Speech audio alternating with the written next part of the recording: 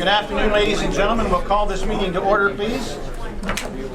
Under disclosure of pecuniary interest, we have none. If at some point throughout the meeting you feel you have a pecuniary interest, please let us know at that time for the record. Under deputations, petitions, and public meetings, we have three. Our first deputation is with Big Brothers, Big Sisters of Georgian Triangle. Robin Held and Kathy Kuti are here, I believe, to make their deputation. Are those ladies here yet? No? All right. We'll move to the second deputation. Under the presentation, for community improvement plans and municipal expropriation, Ms. Jody Johnson of Airden Burles LLP is here in attendance to make a presentation to committee with regards to community improvement plans and the municipal expropriation process. Jody, please join us. Welcome to Wasaga Beach. Thank you, Worship. And the floor is yours. So I just wanted to do a quick intro to Jody. All right, Andrew. As mentioned, so Jody Johnson, partner with Airden Burles, one of the leaders in municipal law and an expert in community improvement plans. This is part of what would typically be a council education session. Most municipalities would do this kind of thing in camera. We thought that this was appropriate to do in the public. A lot of people were moving fairly quickly with implementing change, and we wanted to be as transparent as possible and share this information with the residents who have chosen to attend and those who may be viewing on camera. So with that, I'll turn it over to Jody. And immediately following Jody, we have both Mark Conway and Josh McLeod from Enberry Lion, who will be presenting the draft policies that will go forward to the council meeting at the end of this month. Thank you, Andrew. Jody? Great. Thank you, Your Worship, and members of council and committee for having me here today. And as Andrew said, I'm here to provide some overview information in the nature of education and training about a couple of matters. The first thing I'm going to talk about at a very general level is community improvement plans and what is a community improvement plan, and some information for you from the basis of the Planning Act and the statutory regime. The second presentation that I've been asked to prepare in terms of education, so you have an understanding of the legislation and the process, is about expropriation of land. Acquisition of land by the municipality through the Powers and the Expropriations Act. So I've got two separate presentations, and perhaps I leave it to, of course, Your Worship, whether to have questions after the first presentation about the first topic, or do both and then go Why back. don't we stop after the first topic, have some questions, and then we'll move on to the next one. Perfect. Thank you, Jody. So what I'm going to cover in the first presentation about community improvement plans are 4 points. Basically, what is a community improvement plan, or a CIP as I'll call it throughout the presentation. Try and answer the question for you, why do municipalities create CIPs? Why use this tool? If a municipality chooses to use a CIP, how do you do it? How do you establish one? And something councils always want to know, how much does it cost? Always an important question as well. So when thinking about what is a CIP, there are a few key terms that the Planning Act speaks to in terms that you would want to be familiar with, and they sound very similar, but all three of them are very different. Community improvement plan, project area, and community improvement plan. They're three different things, but all interrelated. So what is community improvement, being the first definition? And it really is exactly what it sounds like. It is improving a community through the act of redeveloping, redesigning, constructing, providing facilities, doing any work that council feels is appropriate or necessary in order to improve the community. And I'll speak a little bit later. That can be a whole of the community. Some municipalities have CIPs that cover the entirety of their municipality. Some communities have CIPs that cover a small part of the municipality, and some municipalities have multiple CIPs. They have different CIPs for different parts of the municipality depending on the type of redevelopment or redesign or rehabilitation that they want to have carried out in the municipality. So what is this thing? Council be familiar with policy documents, of course, in the nature of things like your official plan. Municipalities have capital plans, strategic plans, recreation plans. It's another type of plan and policy document that will help guide council policy and actually talk about the implementation of policy and how to achieve the things that council puts in the plan. So in order to have a CIP, a municipality has to have provisions in its official plan related to community improvement. Municipalities generally will have community improvement provisions in their OPs even if they don't yet have CIPs, because it's a prerequisite. If you think at some point during the life of your official plan, which is 5 years generally, or a bit longer by the time you carry out your reviews, you want to have the flexibility to create a CIP if council decides that that is something desirable and necessary to achieve some of the objectives in the community for rehabilitation, redesign, and improvement. So where does this authority come from in the Planning Act? And I've put the provision there, and it's part of Section 28 of the Planning Act. And this is the legislative provision that says you have to have policies in your official plan, and that council can, by bylaw, because of course, as you all know by now, the powers of the municipal corporation are exercised by council by bylaw. So when you have a CIP, by bylaw, you designate the whole or part of an area of the municipality as a community improvement project area, which is the second term that I mentioned. So if you're going to have a CIP, you need to have an area that you identify in the plan, in the OP, whether it's all or part of your municipality. And again, just some legislative references for you, so you have them if you ever want to go back and look at that or have conversations with your planning staff. This is the subsection of the Planning Act that gives you the authority where you have the bylaw passed under Section 28 of the Planning Act. You can provide for the preparation of a plan suitable for adoption as a community improvement plan for the area you've identified as the CIP project area. So what is this project area? And very simply, it's the area you identify. In the opinion of council, community improvement is desirable. It's something you want to see in that portion of your community. Project areas, as I said, can be as small as a specific property. Some municipalities may have perhaps an industrial or a manufacturing complex. When you think about a municipality that maybe has a large manufacturing base, they may have one property that they want to see redeveloped. Other municipalities, it can be a street, a neighborhood, a block, right up to the entire community. And why do councils do this, generally, this idea of rehabilitation? And it can be a lot of reasons. It can be things like unsuitability of buildings, dilapidation, overcrowding, economic development reasons, community beautification, attracting a different mix of uses of land. There's a lot of different reasons that you want to do that. You tie that to your other planning policies and community objectives. So the CIP itself is the tool that's used to execute the specific improvement in the project area. Kind of like where you have an official plan that sets out the big policy and vision for areas of the municipality, and the zoning bylaw contains the information that is specific to saying, here's the very particular uses, here's what we're going to do.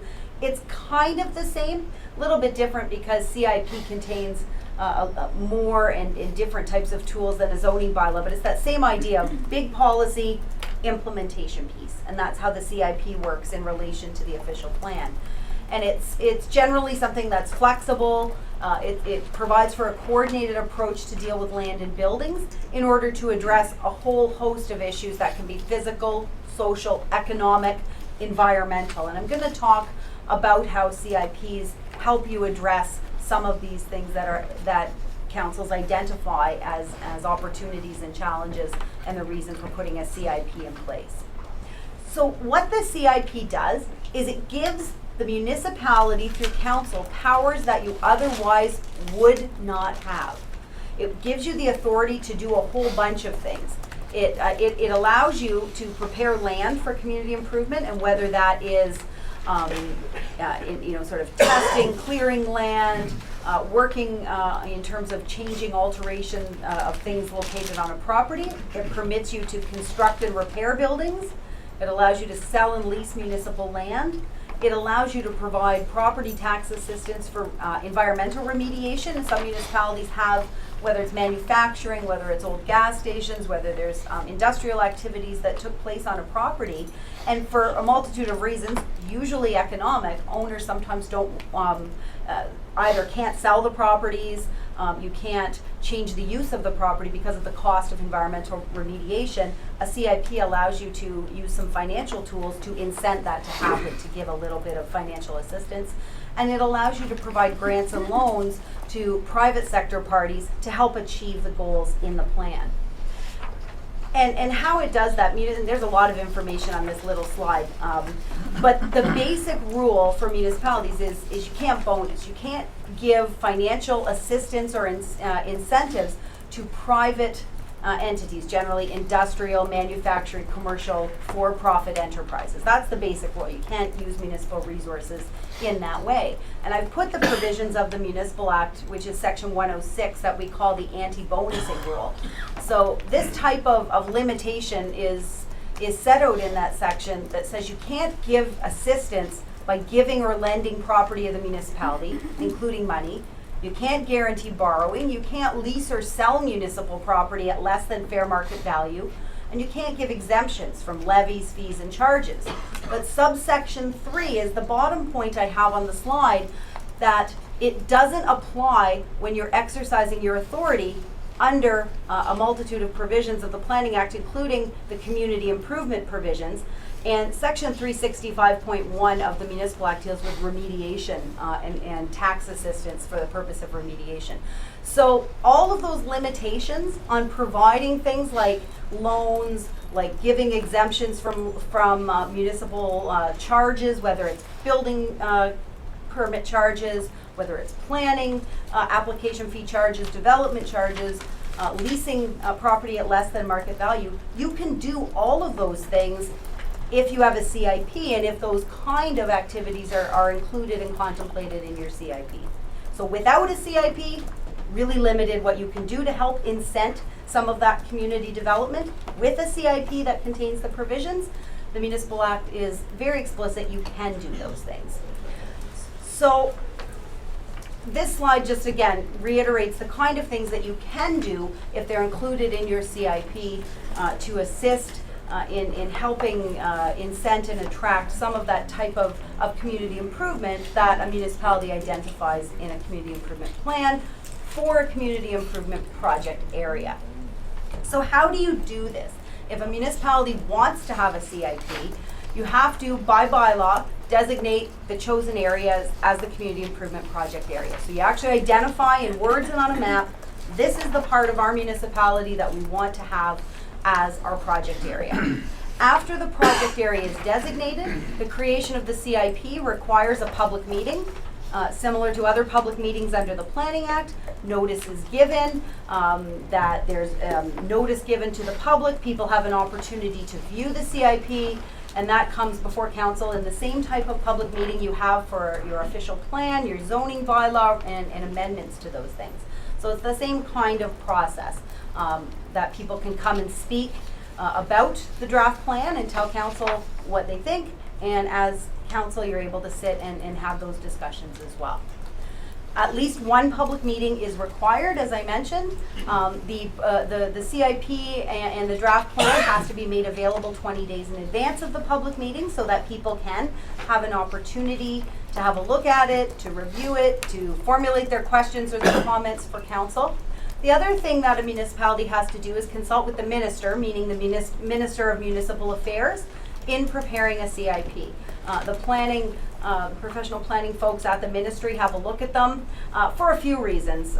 In my former life, before I was a lawyer, I worked at the ministry, and one of my jobs was to look at CIPs for the financial component to make sure that they fell within sort of the parameters of the legislation. So the ministry looks at those kind of things, both from a land use planning perspective under the Planning Act, as well as the financial component, just in terms of seeing what tools you're using and that they are permitted within the range of allowable options. If council is satisfied with the CIP, council can adopt the CIP. And like other planning policies and planning instruments that are adopted by bylaw, there is an appeal mechanism to what is still the Ontario Municipal Board, not yet reconstituted through some legislation, but the CIP right now can be appealed within 20 days by people that are interested in pursuing that kind of appeal. I've got a chart for you, very small, but you'll have it for reference, which really sort of lays out the process of what I was just talking about in terms of the public meetings, having council, of course, if council adopts a CIP, you have to give written notice, just like you do your other planning bylaws and planning policies, including advertising that you have adopted the CIP, and then the appeal period starts and it would proceed to the Ontario Municipal Board, same as other planning matters, likely with a pre-hearing conference and then an establishment of a schedule for appeals. In a perfect world, everybody's happy because there's been public consultation and council has considered the draft, and there are no appeals, and then away you go. You can implement your CIP right away once the appeal period is over. And always the important questions for municipalities is how much does it cost? What's involved? Obviously the first cost is through the preparation of the CIP itself, but then costs also arise through implementation. And those costs are specific to an individual CIP. I can't sit here and say, all right, if you put a CIP in place for this amount of geography, here's what it costs. Because it really depends on the menu of items that council includes in a CIP to include to help incent or attract people to participate in the community improvement. The more ambitious a plan, the more the implementation will cost. That is something that you as a council have control over in terms of the parameters of what's involved and what type of bonuses, I'll call them, are set out in the plan. Whether you're going to offer, a partial or complete waivers, for example, on certain application fees or on development charges, or if you're going to provide incentives for property tax incentives for rehabilitation, that if a property is rehabilitated, the tax increases are implemented over time. There's lots of different ways to do it, and council controls on an annual basis what the pot of money is that's available for the implementation based on the range of items included in the CIP.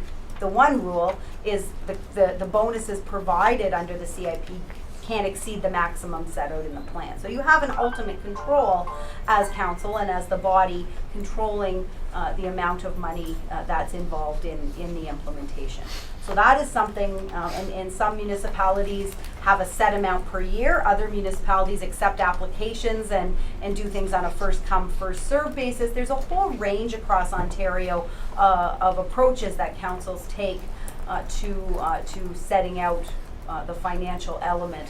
And obviously municipalities that are providing, if really want to see something done in a short period of time or in a concentrated area and they really have specific objectives, they can do a little bit of control work with the amount of money that is available for the incentives. That is a real high-level overview, but that really is the nuts and bolts of a CIP as contemplated by the Planning Act, what it is and what it does. And happy to answer any general questions about CIPs, the process and what they are. Thank you very much, Jody. Questions from council? Councillor Eagle. Thank you. To you, Mr. Mayor, maybe a question to Andrew as well. Through the costs, when we put the proposal together, there was some grants from the provincial government for this. Would there be any grants available for the cost of a CIP? So, through you, Mr. Mayor, are you talking about to actually create the CIP? Yeah. Potentially, there could be some grants. The RED program does offer some funding to help municipalities create a CIP. We have put in an application for that. Good. We have not heard yet whether we've been successful or not. Okay. Thank you very much. Thank you, Mr. Mayor. All right, other questions from members of council? George? Hey, Mr. Chair, I have a question with respect to the consultation with the Ministry of Municipal Affairs. On the slide where you had the flow chart of the boxes, you had public meeting, and then right below that you had the consultation. Yes. And I was wondering of the sequence. Does the consultation happen before the public meeting or after the notice has been given? What's your advice on that particular component?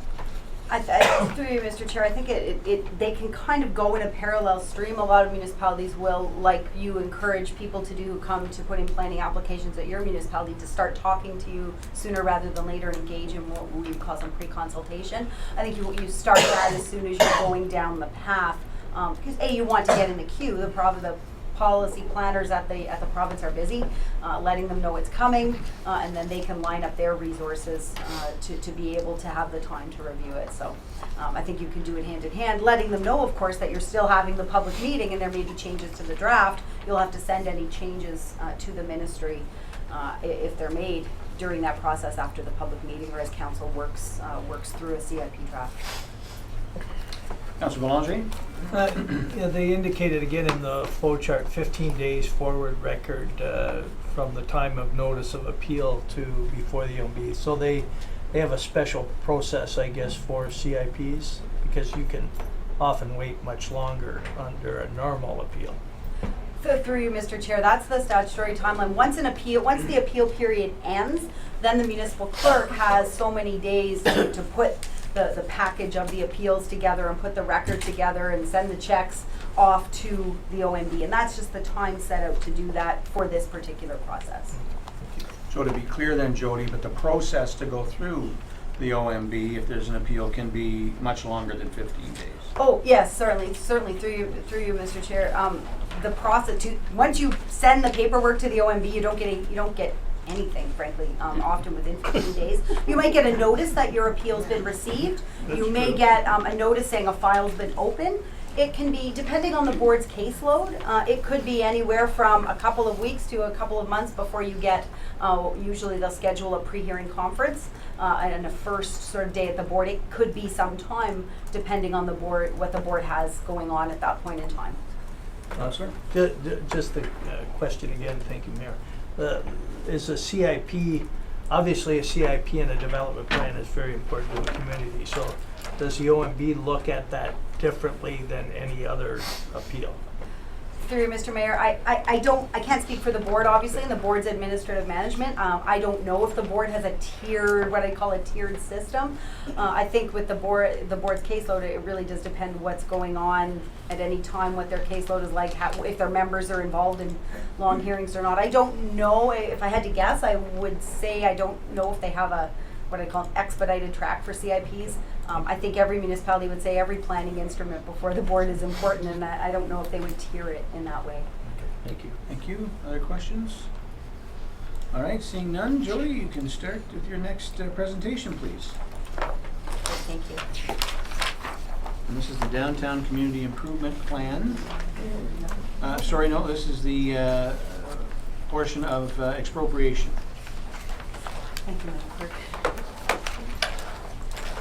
Okay, this one's a little bit longer, but it is the same type of presentation. It's intended to be an explanation for you about the legislation, processes, timelines, and costs, so that council has an understanding of this topic. It's not something that municipalities do on an everyday basis. I can tell you I participate with mostly for municipalities acquiring land through expropriation as a regular part of my work week. But it's not always for the same municipality. Some municipalities use this tool more than others. Some, it is a very rare occurrence. So I find that councils are often interested in what is this and how does it work, particularly if it's not something that you have used in the past or extensively. Where I have used a lot of expropriation authority with municipalities, frankly, over the past few years has been when infrastructure funds have been available, matching provincial and federal funds, and there's, for example, road reconstruction, road realignment, road widening, some community development work for different types of funding available, where they're acquiring property, for example, to widen a road or to realign a road is a typical example. We see it for transit, we see it for all sorts of different reasons. And I'm going to talk about the kinds of things you can expropriate for. But in terms of an overview, here are the things I'd like to talk about. Obviously, what is expropriation? Why do municipalities expropriate land? How do you do it? What is the process? How much does it cost? Always the question councils want to know. And what is the timeline? What realistic time is involved in carrying out this kind of activity. So what is expropriation? And you'll hear different terms. In the United States, they call it eminent domain. But if you're watching American news or reading an American newspaper, you'll hear that term. In Canada, we call it expropriation. And what the definition is it's the taking of land without consent of the owner by an expropriating authority in the exercise of statutory powers. In the case of municipalities, municipal council as a whole is the expropriating authority. And expropriation can be what we call full, partial, or temporary. Full and temporary, partial and temporary. Municipalities have the ability to expropriate a piece of somebody's land. So for a road widening, if you needed the first 15 feet off of the front of property, or you may need entire parcels of property for different community objectives. And you might need it for a little bit of time, for example, for construction staging or for actually carrying out construction, or you might need it forever to do something else with it. So there's a whole range of things that can happen if you expropriate land. Your legal authority to expropriate land in a municipality does not come from the Expropriations Act itself. It comes from the Municipal Act and the powers of the municipal corporation under the Municipal Act. And you want to have a look at Section 6 because that is your authority, and it says the process is governed by the Expropriations Act. So Municipal Act gives you the authority to do it. Generally, there are some other pieces of legislation municipalities rely on, but it's generally your authority under the Municipal Act, governed by the process in the Expropriations Act. In some situations, municipal undertakings require use of land that doesn't belong to you. As I've said, road widenings, creating easements, building parks, building community centers, all sorts of different reasons that happens. It is a tool available to you when a private party is unwilling to amicably sell their land to the municipality. Either they simply aren't interested, you haven't been able to reach a price or terms of a purchase that are agreeable. Because municipalities acquire land all the time for various reasons. They may purchase land, they talk to an owner, and they come to terms. That's great. But expropriation is a tool that is available to you when you haven't reached terms or when there's not a willing seller. Municipalities have very broad authorities to expropriate land in the pursuit of valid municipal objectives.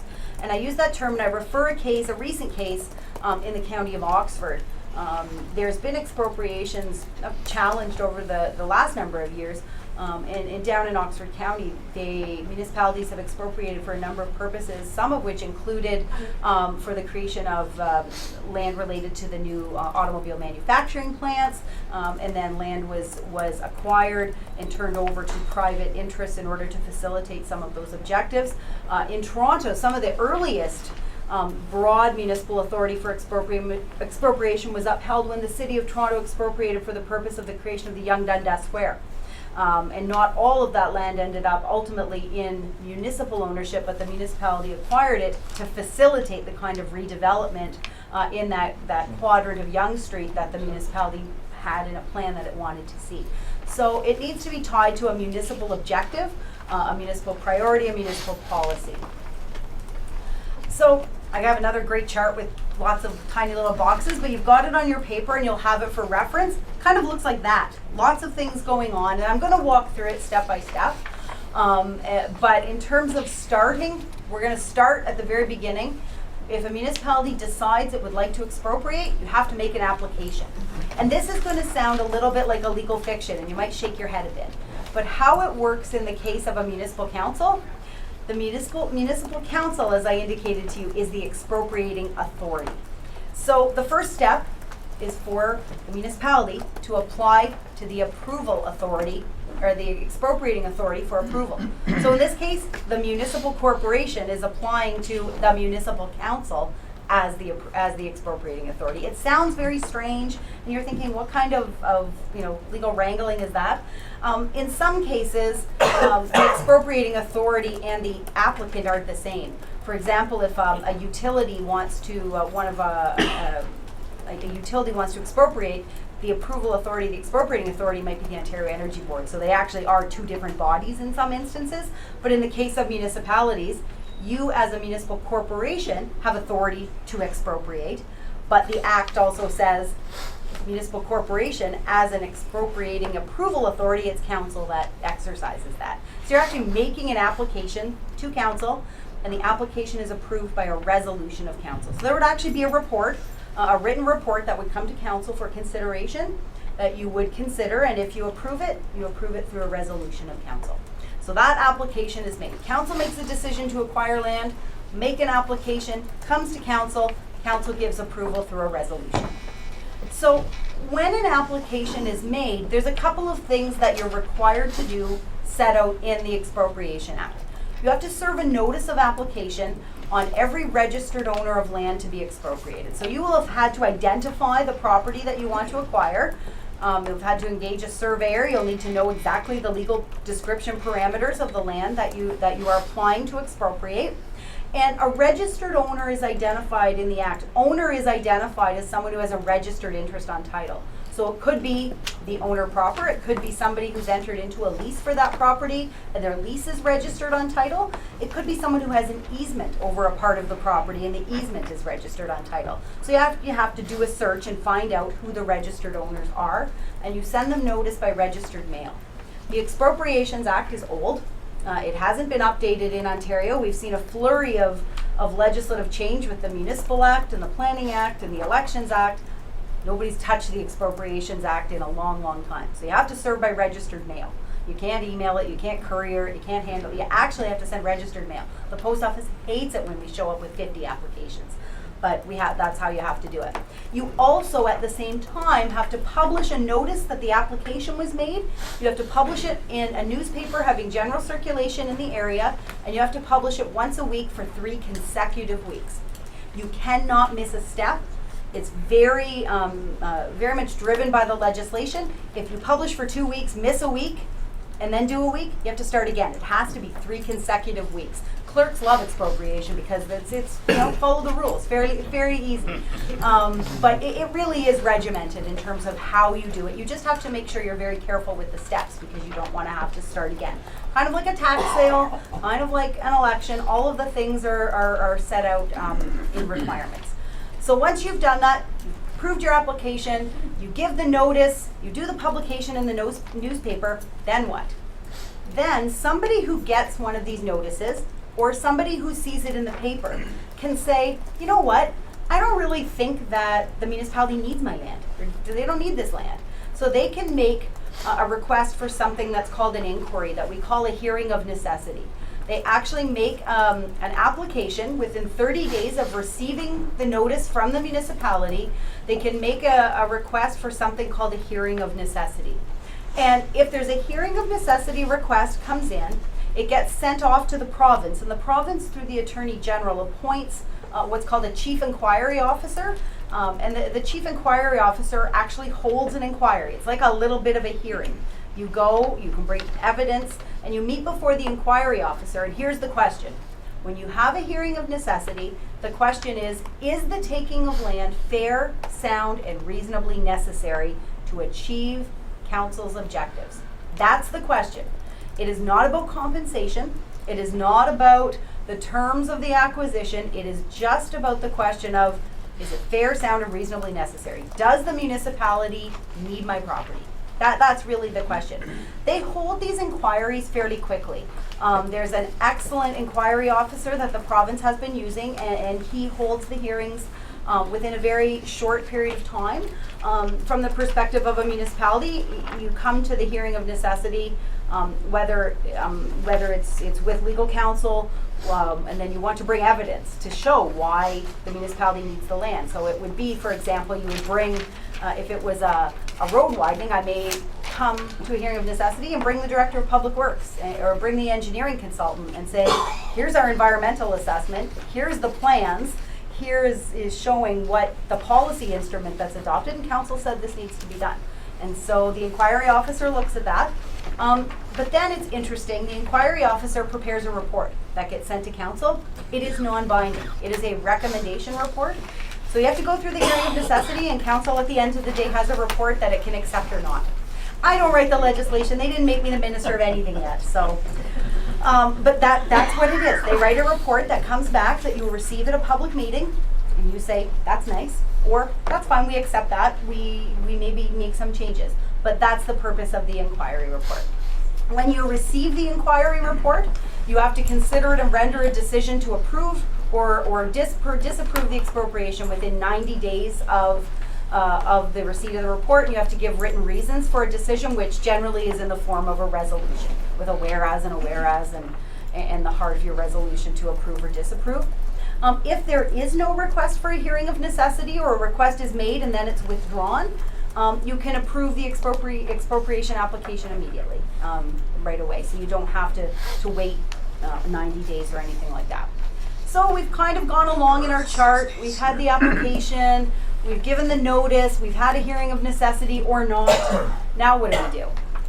Now you prepare the final plan, which is a legal survey. It's called a reference plan. There'll be a legal survey that your surveyor will prepare, and that gets registered in the land registry office.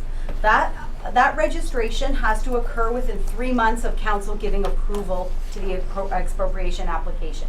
And importantly, once the expropriation plan is registered, the land vests with the municipality. That means as soon as that plan is registered in the registry office, you own it. We're going to talk about compensation, we're going to talk about the other parts of the process, but once you register an expropriation plan, you own it. You may not have possession of it, but the municipality is the legal title holder to the land upon the registration of the plan. You have some things you have to do, and here's where we come with the great statutory provisions, and you have following things step by step. Within 30 days of the registration of an expropriation plan, you have to provide the owner, and I recall the term as owners, everybody with a registered interest, you have to give them 3 notices, and usually they're done in a bundle. A notice of expropriation to say, here's the notice, here's what we expropriated, here's the date it was registered, and here's a copy of the plan. You give them something called a notice of election. And I'll talk about the purpose of that. When the municipality expropriates land, you compensate the owner that you expropriated from. One of the things you have to do is make an offer of financial compensation, which I'll talk about in a minute. But in order to make an offer of financial compensation, you have to know what the valuation date is. What date do you use to determine the value of the property?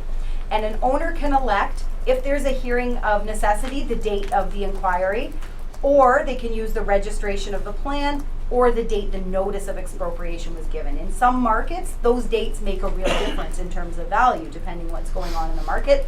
Other circumstances, it doesn't make a difference at all. If the owner doesn't sign the election and send it back to you, the default is the date of the registration of the plan. But you give the owners an opportunity to pick their valuation date, and you also give something called a notice of possession, which says we expropriated the land, we're going to make you a compensation offer. The municipality, we're going to take possession of the land, and it's not sooner than 90 days from the registration of the plan. So you have 3 months, and you can't take possession until you make the compensation offer. But you give them notice saying, here's the date.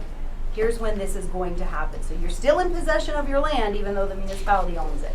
And that's a very specific form of notice. All of these notices are established. They're forms that have to be used, and you have to follow them exactly and send the notices again by registered mail and follow the same process that you did with your original application. You serve that within 30 days of the registration, and this is what I explained all of those notices are for. So we always want to talk about money when we talk about expropriation, because one of the premises of the Expropriations Act is the municipality, it's a very significant authority to exercise. I mean, the power to expropriate land, take somebody's land from them when they're not willing to part with it, is a serious governmental power. And it's something that is required to provide compensation to make them whole, is the premise of the legislation.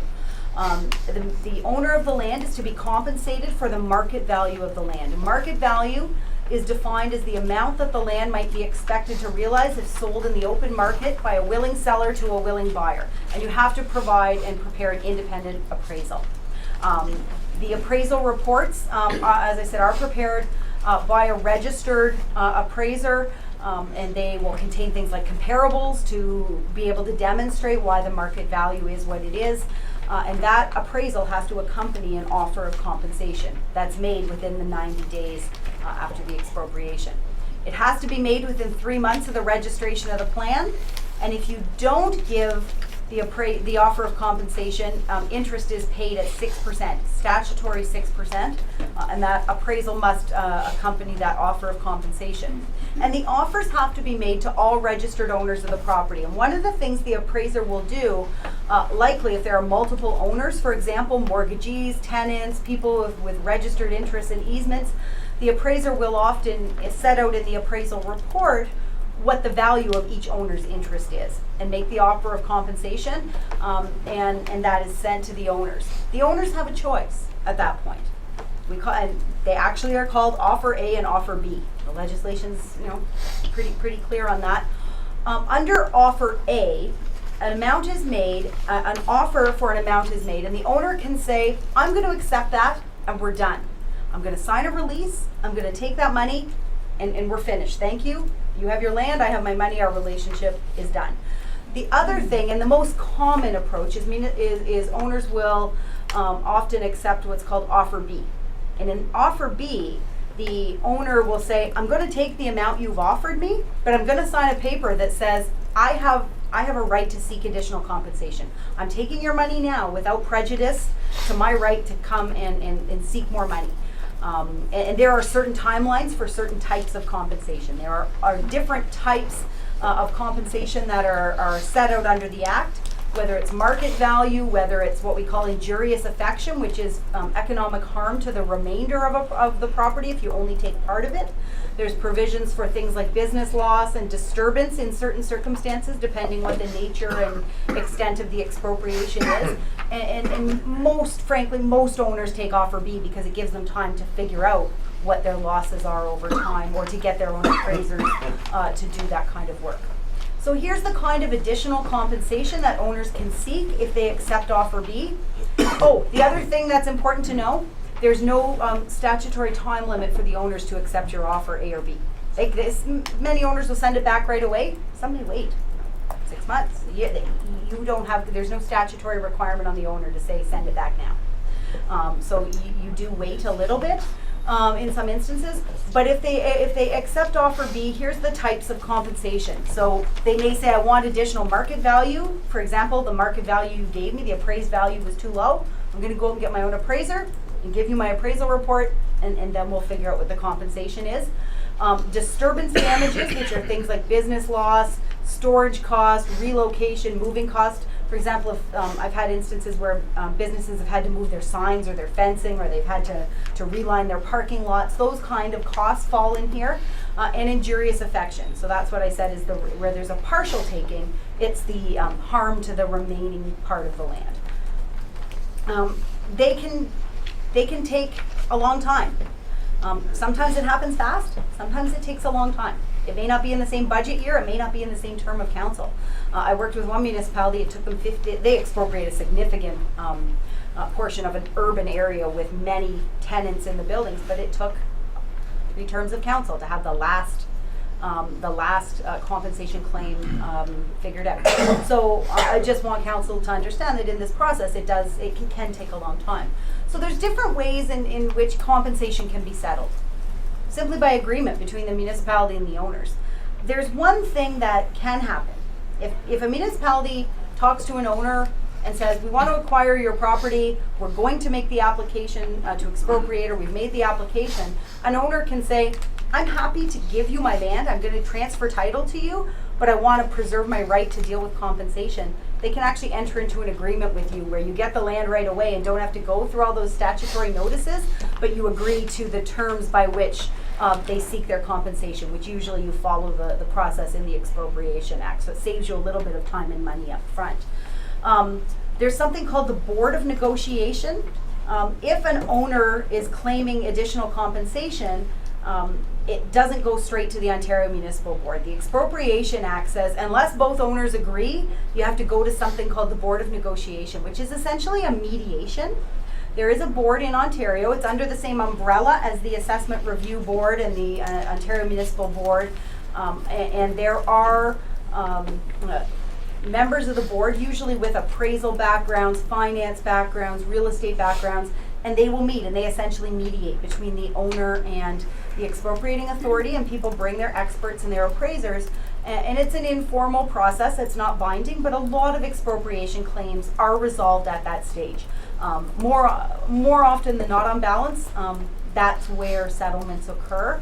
And if they don't, then you proceed, if the owner makes a formal statement of claim and sends it to the municipality, to go to the Ontario Municipal Board for compensation. As far as we can tell from the amendments to the Ontario Municipal Board Act and the changes to the board, the changes that are coming with respect to planning applications aren't impacting the expropriation process. There's separate rules at the Ontario Municipal Board for expropriation compensation, but it's a similar thing. If you've ever been to the Ontario Municipal Board and you've seen there's the board member and the lawyers and the experts, it's the same kind of thing, except instead of planners, your experts are usually appraisers, sometimes engineers and business valuers. That's the kind of argument. The majority, I would say not even 70% go through this process. This is more rare, but it is a final and binding process for compensation. The other thing that's important to know, as I said earlier, one of the concepts of expropriation is you're making the owner whole. They didn't ask for you to come along and expropriate land. Most owners will say, municipality, I was happy doing what I was doing. You needed the land for a community purpose. So I don't want to be, I shouldn't be out of pocket for my appraiser, for my lawyer, for my business valuator. The rule in the Expropriations Act is that the expropriating authority pays the owner's reasonable legal appraisal and other costs. So you're paying, in the case of a municipality, you're paying for your own team and also for the owner's team. When a compensation claim is mediated at the Board of Negotiation, usually those costs are dealt with at the same time. Owners, whatever arrangements they have with their experts, in terms of retaining their experts, usually they pay up front, and they have to give you bills. They don't just say to an expropriating authority, here's what it cost me. They have to give you detailed invoices and dockets to show what their costs were, and then the municipality evaluates them and says, yes, this is reasonable, this is not reasonable. So that is an area. But generally the rule is you pay for the owner's costs as well. There's something called the 85% rule, which is a little bit complicated, but it essentially means if they make a claim and they do better than what you offered, they get more, they may get some costs from the municipality. That's rare, very rare, but it is something that sometimes occurs if a municipality says, no, we're not going to, we're sticking to our position, and the owner does a little bit better. At an arbitration, they sometimes get a little bit of their extra cost paid. That, as I said, is an overview of the chart. You have that there with you. The last thing that happens in kind of out of order, but the way it worked on the flow chart, is possession. So once you make an offer of compensation, and it's been 90 days since you registered the plan, whether you sorted out the compensation and the money, you have the land. So to advance the municipal purpose for which an expropriation occurred, that can go ahead. Even if the compensation issue takes a year, 2 years, 3 years to resolve, you have the land as a municipality, can go ahead and do with it as required or as needed, as set out in the plan. How much time does that take? It depends, frankly, and it depends how much work a municipality does up front with its appraisers and surveyors to have work underway. But generally 4 months is fast at a minimum. From the day a municipality decides, okay, we need to expropriate land, we're not going to be able to obtain this land consensually through negotiation with an owner, and we're going to start the application process. 4 months would be with no hearing of necessity request, with your surveyors and appraisers already sort of working on that. Generally, I would say 6 to 8 months is most typical. 6 months being average from the time a municipality says, okay, we've tried to negotiate with owners and we're ready to go. We've pushed the envelope in some instances, particularly where funding from provincial and federal governments are on the line, where municipalities have to have the land and complete the projects by certain dates. We have been able to push that a little bit, and some municipalities in those instances have negotiated and expropriated on a parallel track, just so they don't lose federal or provincial funding.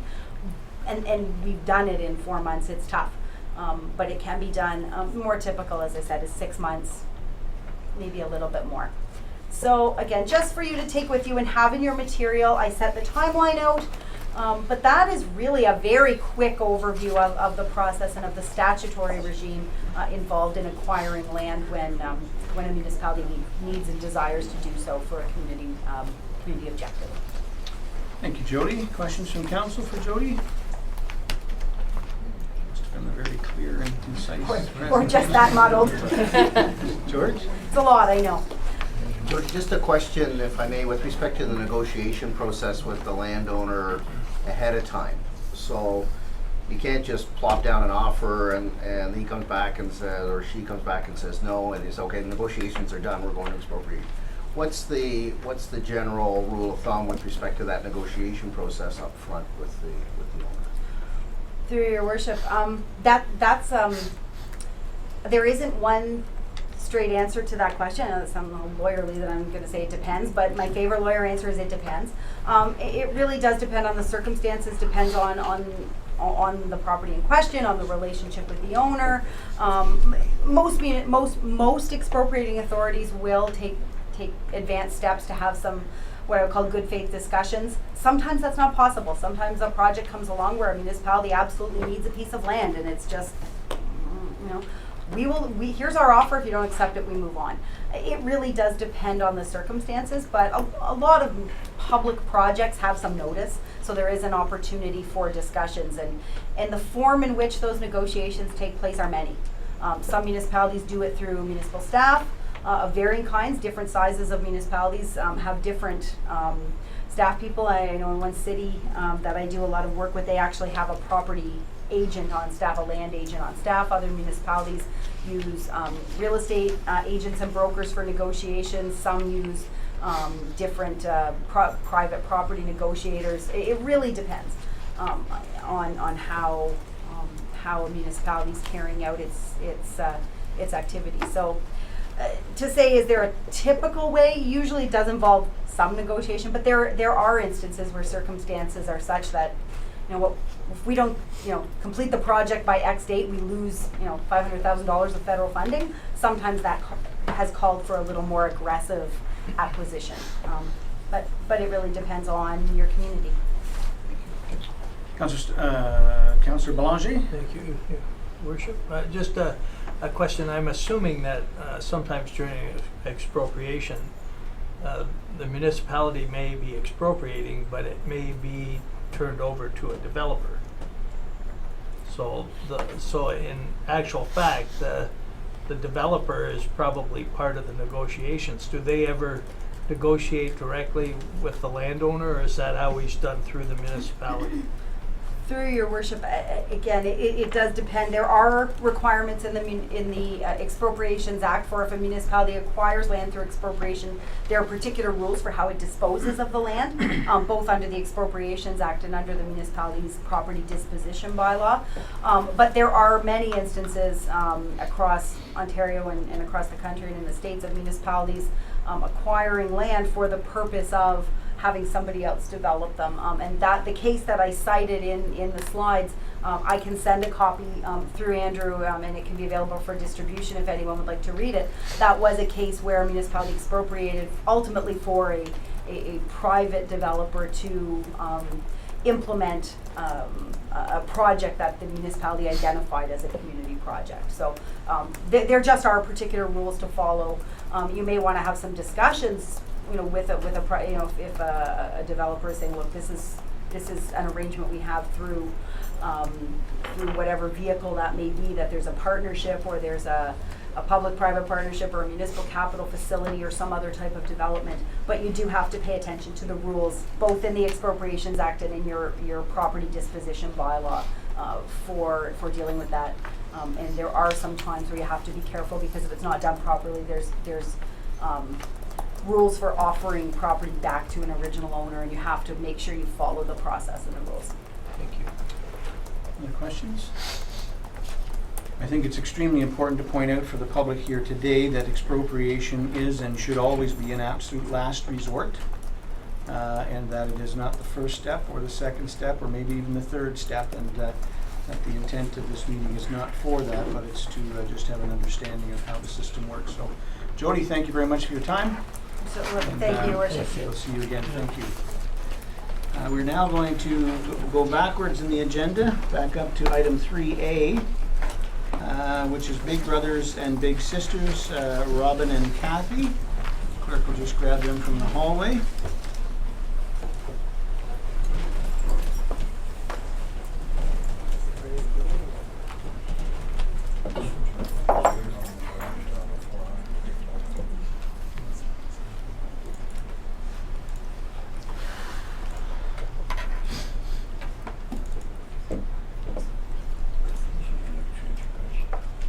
Welcome, ladies. Thank you. Please join us at the table. Have a seat. Good to see you. Thank you. Sorry that we were not here when you called us. We were in the other chamber wondering where the party might be. Sorry about that. Sorry we made you wait 55 minutes. But we're here now. Thank you for your patience. The No floor is problem. yours. We brought some materials that we'll pass around for people to take whatever they wish. And if people, of course, don't wish to have them, that's fine. We've got 4 separate pieces. Thank you for making the opportunity to see Kathy and I today. Kathy is our program manager at Big Brothers Big Sisters, and I'm the executive director. We're going to share the floor. We really appreciate you making time for us. We're looking forward to filling you in on our programs and our needs. We've been with Big Brothers Big Sisters of Georgian Triangle, or separate Big Brothers Big Sisters organizations for 49 years within Georgian Triangle, and over 100 years in Canada doing amazing things with youth and children. Our goals for today are to let you know about growth goals for Wasaga Beach and getting a letter of support for grant writing purposes so that we can serve Wasaga Beach better. We have a vision in Big Brothers Big Sisters that every child in the Georgian Triangle who needs a mentor gets a mentor. And we haven't met that need yet, so we're working forward to that. We'll fill you in on some of our stats and details. The first program I want to tell you about is our traditional mentoring program, where children are served in a one-to-one match for 2 to 5 hours a week, doing the things that they both love to do. And they can have one big, or they can actually have a big couple. And a lot of people don't know about that. So if you'd like to do a traditional match with your partner or spouse, this is a great opportunity for you.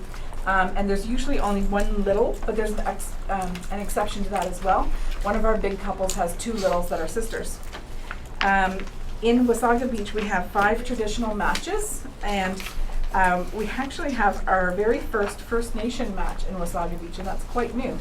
And we celebrated that on Facebook if you want to have a look at our Facebook page. Kathy's going to do the next 4 slides. In-school mentoring is a program where a mentor goes into a school and will spend time with the child. So it's a 1 hour a week commitment. And a child is pulled out of class, and it's usually a child that's identified by the school as needing a little extra, needing something to make school a happier place. So they might be having peer issues, they might be just a quiet child new to the school.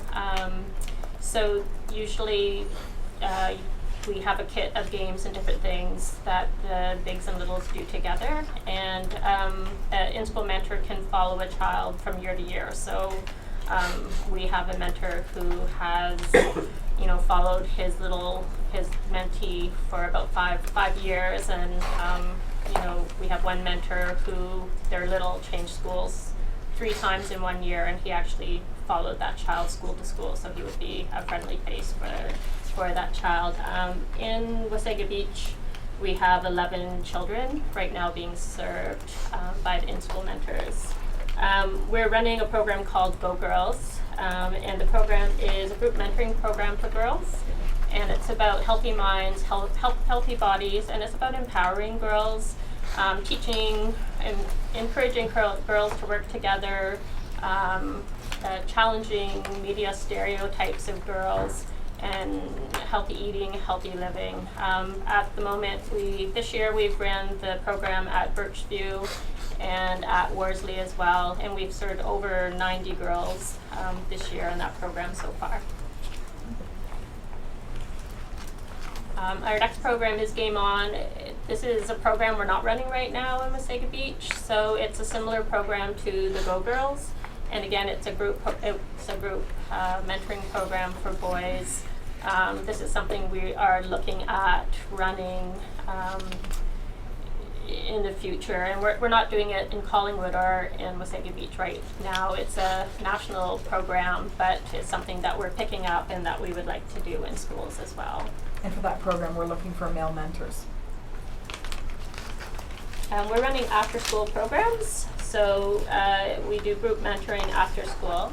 We're not running the programs at the moment in Wasaga Beach, but there is certainly the potential to do that. So at the moment in Collingwood, we're running one of the programs at Mountain View School, so we do it after school. It's helping kids with homework, and then after that, it's playing games and just having fun with the kids. So we've been running, it's a great program. It's a social opportunity for kids after school to be together. We're also running a similar program at one of our housing co-ops in Collingwood, Matthew Way.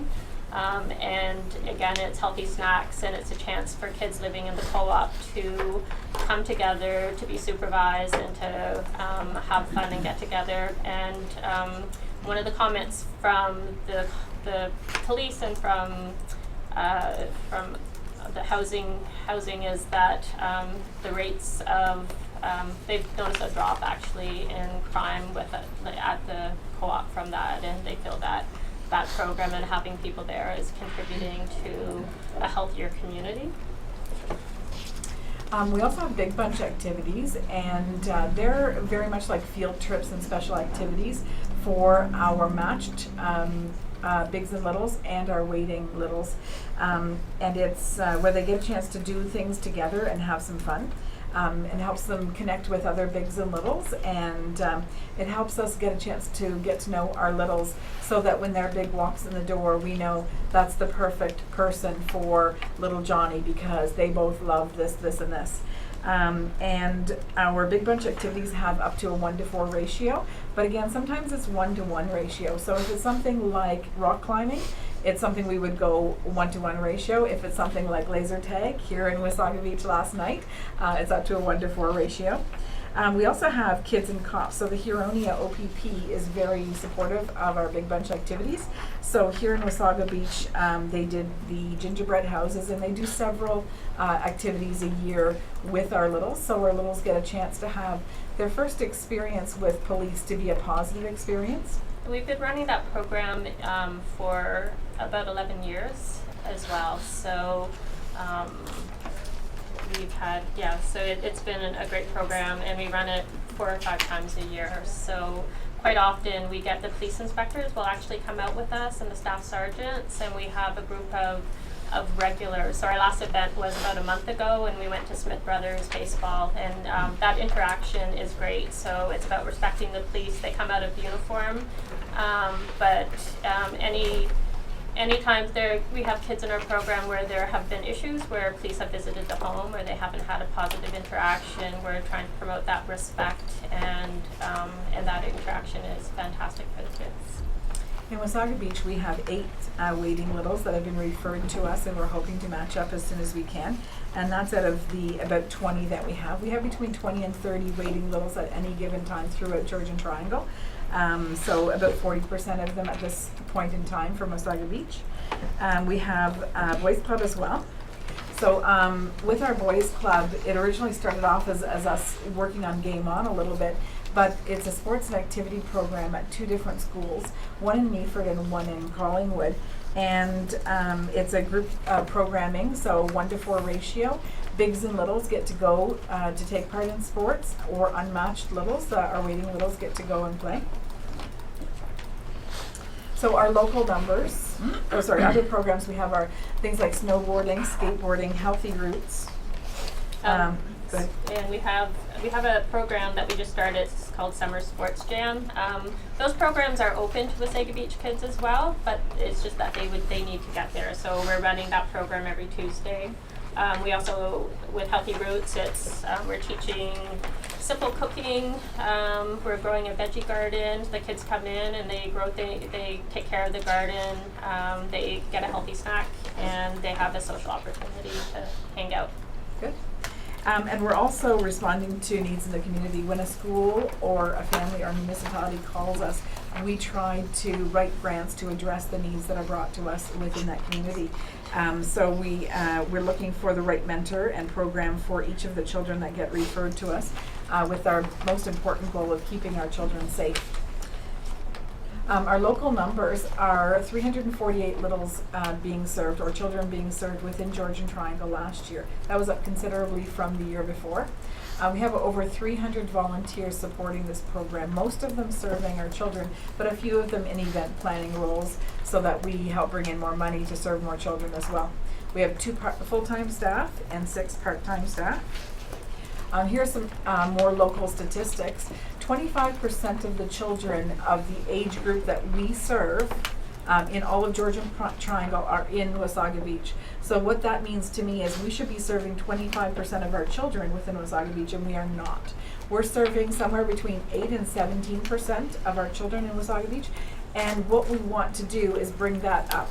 So we are applying for grants, specifically an OTF grant that's due later this month. And we'd love a letter of support for that I've emailed in details for ahead of time. And what we're hoping to do with the grant applications is to make up that difference. So in essence, it takes between $66,000 and $80,000 more to serve Wasaga Beach in the way that we really feel we need to serve Wasaga Beach proportionally to the rest of our county. Our annual budget to serve our littles is $370,000. And basically it's about $1,000 per child that's mentored. And you might say that's much higher than the 348 children. But some of our children we serve in 2 or 3 different programs. So for example, they could be in our in-school mentoring program and be going to sports night and doing our big bunch activities. So it costs more money to serve children in all the different ways that they need to be served. We don't tell them, no, you can't come to this activity because you're already, in that box. So we try to serve them really well. One of the other goals that we are hoping to do with grant writing is we're hoping to, instead of just being Big Brothers, Big Sisters of Georgian Triangle, our goal is to become Big Brothers, Big Sisters and Boys and Girls Club of Georgian Triangle. And that doesn't mean we're opening clubhouses in municipalities. What it means is the group programming that we told you about, the sports jam activities, the after-school programs that we're invited to municipalities to do, and the Go Girls and possibly Game On, they are group mentoring activities, and they quite often will fall within a Boys and Girls Club mandate, and they have better practices for running group programs than Big Brothers Big Sisters does in some cases. So what we'll do is we'll look at our programs, and some of them will be in a different department than another, and so we'll be grant writing to move into that. One of the things that we do that I think is great for Wasaga Beach is we will go to families. So transportation is often an issue in a lot of areas, and as staff we will meet families at their homes. We will meet them at Tim Hortons. We'll pick kids up and take them to activities. Last night we drove 4 of the kids, 10 activities where we drive kids to camp. So if we know that a family doesn't have a car, we will get there. We went to a parent's work to get a waiver signed last night so that one of our kids could go to Wasaga Beach paintball with us. So we really make an effort to make sure kids are included when we know that otherwise they may not be included. And just looking at the graph here, I know the print is small, so I'll go over that a little bit. The blue area is 28%, so 28% of our revenue is from Bowl for Kids' Sake. And some of you have come and supported that for a number of years. Thank you, Mayor Smith. And we've got foundations and grants as the bottom red section, which is 33%. And we've got special events and other as the 23% green section. So that's our Blue Moon event, once in a Blue Moon Gala. And people support us through Smile Cookies in all of our municipalities. As you do all of those things, that comes in the green section. And then the very last one is special events and other. The very last piece that I really wanted to share with you is the letter of support that we're asking for. we know that Wasaga Beach is calling for more service. We know through the phone calls that we get from schools and the referrals that we get of children. And we would like to answer those calls faster. We'd like to have mentors in waiting at some point so that when we have a call for service, that we can immediately respond. So we're going to be writing a lot more grants to cover our outlying areas, specifically Wasaga Beach is our highest need and underserved area. And we're hoping that in that letter of support, you can let people know that we've been in the community a long time and are a solid organization in the area, and that maybe echoing the support that we get from our youth center here in Wasaga Beach about free meeting space, and that you will open opportunities for Big Brothers Big Sisters to apply for municipal grants. This is our contact information, so we have some literature passed around, and my business card is with that. I also passed around our annual general report and some statistics. So some people love statistics, some people glaze over. So just grab the papers that are more relevant to what you're interested in, and a purple brochure. If you know of someone who you think would be a great mentor for a child, we would love for you to pass on that piece, and not just pass it on, but tell them why you think that they would be a great mentor for children. Thank you so much for your time. I really appreciate it. Robin and Kathy, thank you very much for your presentation. Madam Clerk, have we received the information that these ladies are talking about, and I'm assuming a resolution will come before council? Yes. All right, in the near future. I'll bring it forward momentarily. Excellent. So, as you heard, the clerk's preparing a resolution to come before committee, which then go to council. And I think by a quick nod of heads around the table, I don't think you should have much issue here getting support for Big Brothers and Big Sisters. It's an absolutely amazing organization. It's good to see that you're also branching out into boys and girls clubs, which are just phenomenal in many communities and do a lot of great for kids that need that extra hand up, if you will. And we're proud to have you in our community and glad that we can help. Questions or comments from members of council for these ladies? Deputy Mayor Byfolchi? They are great programs. I think we used to have something here a few years back, and I don't quite know where it fell off, but we used to have, I believe, one of these groups anyways. I guess my only question would be, has the youth center been contacted as far as how the space will work and all of that, and timelines and things like that? For sure. Yeah, for sure. So they have the yoga shack, which is ideal for us while the center is open, and then other times if we need a daytime meeting time, so we can meet in the center itself before it opens, if we're meeting a parent or one of the situations before they're open that it will work for. And so they've made that space accessible to us, which we're really appreciative of. We have partnered with them in the past. We've done like trips to Wonderland where we've partnered as well. So it'll certainly be something we'd be interested in doing in the future as well. And our youth coordinator, Shelley, is absolutely phenomenal. The staff over there do a great job, as do you ladies, so I'm sure that that's a relationship that will continue on for quite some time. We're just getting this resolution signed. Any other questions or comments for these ladies? One of your staff members is one of our in-school mentors as well. Okay. So ladies and gentlemen in the audience, if you've got nothing better to do some of your days and hours, make sure you reach out to these ladies, because our youth certainly deserve our attention. 1 hour a week. Thank you, Madam Clerk. So it is moved by Councillor Belanger and seconded by Councillor Stockwell that Committee of the Whole recommends to Council that the Mayor sign a letter of support for grants related to Big Brothers and Big Sisters of the Georgian Triangle, and further that space for meetings be provided at the Youth Centre subject to availability. I'd like to have either of you ladies, do you have people within your organization that specializes or is well versed in writing grants? Yes. You do? Okay, great. All right, having read the question, Madam Deputy Clerk. Thank you, Your Worship. With the motion having been read, we'll call for a vote. Councillor Belanger? In favor? Deputy Mayor Byfolchi? In favor? Councillor Bray? In favor? Councillor Eagle? In favor. Councillor Stockwell? Favor. Mayor Smith? In favor. The vote is 6 in favor and 0 opposed. The motion is carried. There you are, ladies. Thank you for coming. Have a great evening. And any leftover materials, please post them or pass them out to people who you think might be a great mentor with children. We'll do that. Thank you so much. Thank you. All right, moving on to item 3C, the Downtown Master Plan Improvement Community, and we have the consultants here from Enbury Lions. So if you gentlemen would join us, welcome. Mark.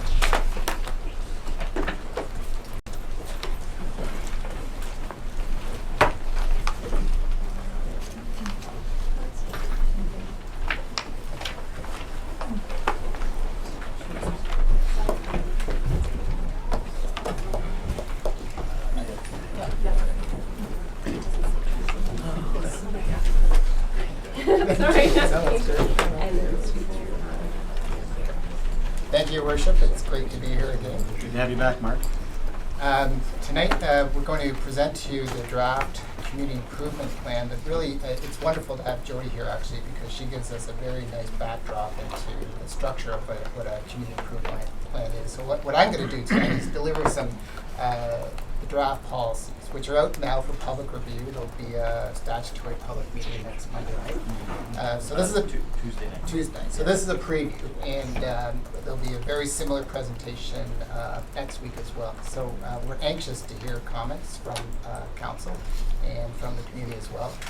I'm going to take a little step back because it's really important, I think, for all of us to remind how we got here. And I'm going to talk a little bit about the nature of your growth, which you first explored with your development charge bylaw. You've gone through a whole process in establishing an initiative for the downtown plan. You've identified downtown through Official Plan Amendment number 42. And then I'm going to explain how that CIP fits into all this, because it does fit in, and it's part of a logical sequence of activities which in fact Council endorsed in February last year, this year. And then I get into the specifics and talk about some of the policies, the key policies and program in the plan, and then what does all this mean in terms of administration and monitoring. So a couple of key things. Again, everybody remember this. Wasaga's experienced a great deal of growth, but the growth is changing. This is not unique to Wasaga Beach, but throughout Ontario, household sizes are shrinking, and affordability is declining. And the impact of that is that we're losing some of our younger people, and they're moving to places where they can find not only better economic opportunities, but a place where maybe they can buy a house. And as affordability becomes an issue, it becomes a bigger problem for municipalities. Households are getting smaller because they're typically aging, but they're also smaller because people are forming households later in life. And then the other piece about this that we discovered in the Downtown Development Master Plan last year was our accommodation stock is becoming functionally obsolete. We have a very old stock of tourism accommodation that really doesn't align with the needs of the modern traveling public. And there's a great opportunity there from an economic development perspective. What does all that mean? Well, that means that there's an increased demand for high density development. And both the Simcoe County Plan and the Provincial Growth Plan all encourage us to put that growth in the downtown areas. So for us, there's an emerging market interest, and we see that with the Stonebridge project. They put their promotional material out, but it's not robust. We don't have a lot of applications for this higher density development, but you are starting to see it in Collingwood, and you're seeing it in Barrie, and you're seeing it in many municipalities of a similar size. So we know it's just around the corner, just because of all these demand factors. But we're not quite there yet. Now we move into the Development Master Plan, which everybody's seen and been part of for the last year or so. And that plan really took all that information to heart, and we've used that as an important input into the Development Master Plan, because we really do need the market to help us make this master plan work, frankly. And so our job, our recommended action plan, has been to take those market factors and leverage those with private sector interest. But it needs municipal leadership, especially at this infancy stage. We need to be out there and marketing the community and doing what we can. And it's a core principle of the master plan is to leverage near-term public infrastructure to attract long-term private sector investments to the point where we don't have to do anything. The market is just coming here and investing in Wasaga Beach. So we're talking about seeding this downtown plan. So community improvement plans, from my perspective, it's a key instrument for the implementation of the master plan. And they're used right across Ontario for a very similar reason. And I hate doing this, but I put a municipality up here that is dissimilar in almost every way to Wasaga Beach, but the principle is the same. This is downtown Brampton, which had a very, very bad downtown, let's just say it, and not a lot of interest, very high vacancy rates in the commercial spaces, and council wisely 15 years ago set a course of reinvesting in their downtown for precisely the same reasons that you did. And with that, they invested in public spaces. This is in front of the Rose Theatre, but they also aligned that with private sector incentives, namely development charge incentives to the largest part. And the result of that has been about 4 major condominium developments, which has helped populate the area, help create the downtown more interesting, populate the restaurants, support retail. And downtown Brampton still has a ways to go, let's be clear, but it's a lot better than it was 15 years ago. And similar results, we're working in the city of Hamilton on their community improvement plan, and they've had a really great response to the incentives, and they're now at the point where they're starting to draw those back. And same thing with the city of Kitchener. So it's a key objective of the downtown master plan and the community improvement plan to create a symbolic heart. And another thing is to start shifting to a 4 seasons community rather than just our tourist-based community. And part of that is economic growth, and we do that by encouraging and diversifying housing and enhancing the public realm, all of which over time will grow the property tax base. The picture on the right is downtown Kitchener, just another example of how this has worked. Again, it's not the same municipality, certainly larger, but the principles are the same, and we think the effects would still be the same in Wasaga Beach. So the red line, which does not show up very well on this picture, is the downtown area, which was established in OPA 42, but is now the limits of our community improvement plan project area. So basically the large area. But the key thing is in our CIP is we're suggesting we focus very, very closely just to the areas where we talked about all that infrastructure occurring in the downtown. We want to take what market is out there and really push it into our downtown. So we're calling this the priority investment area.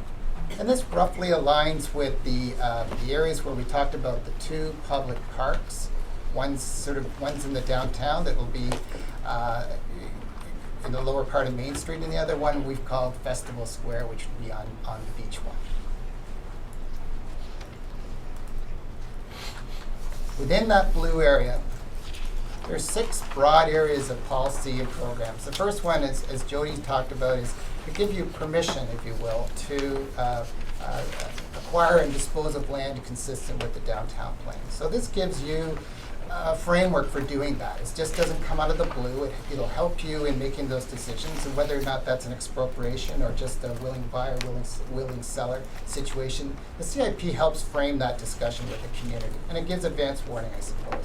But it also speaks very clearly about the public realm investments we presented to Council in February. And these are featured by, again, these 2 public squares, which we know will help incentivize development. And then 4 other very specific projects. So I'm just going to go into those a little bit more detail. So these are the 2 public spaces. These are where you'll both would like the ability to acquire land and to sell land eventually. And again, it was a good point that was brought up by Council earlier that Dundas Square is a very good example. It was a project we worked on, and it's very, very similar to both these squares where land was assembled, recomposed, and then resold to development interests as a square. And very, very complex, but big economic impacts for the city of Toronto.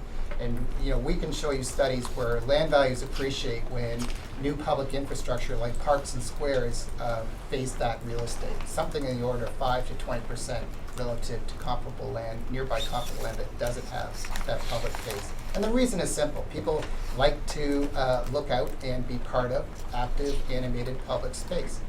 It's important piece too in our work, it's not directly in the CIP, but it shouldn't get lost, is it's not just the square, it's not just the space, it's programming. In the plan, we say these places have to be programmed heavily. So it has to be a farmer's market, a classic car show, Collingwood does an Elvis festival, but it doesn't have to be big, doesn't have to be small, it just has to be something that animates these spaces all year round. It's where you'll have your Canada Day celebrations, it's where you'll have your Christmas tree lighting. Programming is equally as important as the hard construction costs. The first big financial incentive program is called the Residential Mixed-Use Development. And this is a program, and this is simply where development charges, if you have a project that faces a public square or in this priority neighborhood, council will have the opportunity to waive development charges. They'll pay 50% only at the time of the permit, and they get rebated all back once the permit has been issued. So we're sure they're actually going to build something. And it's also important to know that this isn't forever. We just do this until we get the market rolling. Second program that's widely used in Ontario is the Tax Increment Equivalency Grant. And simply, this is the theory where we say, in the absence of giving a tax a grant or rebate, really, nothing would happen. So we're saying to the market, if you invest in our community, we're going to, once you pay your taxes, we're going to rebate you a portion of those every year. So if you're in the priority investment area, you get 100% of your taxes back for the first 3 years, and then 50% in years 4 to 5. By the time you get to year 6, you're paying the full rate. But the theory is, if we didn't do this, normally we'd be in year 7 and nothing would be on the site. We get no tax dollars. So now we're pulling this, we're making this a very attractive incentive. Outside the PIA, the priority investment area, that incentive would still be there, but maybe not quite as rich, because that's not really, we like to see stuff happen outside of the PIA, but really our focus is to be on the main street and around these town squares. An interesting twist to this incentive is that normally what happens in the city of Hamilton, for example, they do this, but the tax rebate goes to the developer. You can actually make it so that the tax rebate goes to the purchaser. So instead of going into the black box of a developer's pro forma, we say, the developer would say, you buy a condominium or a townhouse for me on this beautiful new town square, we're going to incent you to invest in the town by waiving your property taxes for the first 3 years, and then reducing that rebate by 50% for years 2 to 5. So essentially what you're doing is you're going to the buyer, the people who really are investing in your community. And we think that that's going to be attractive to the developers because it becomes a marketing tool, but also attractive to people who may be community members already and deserve a break, frankly.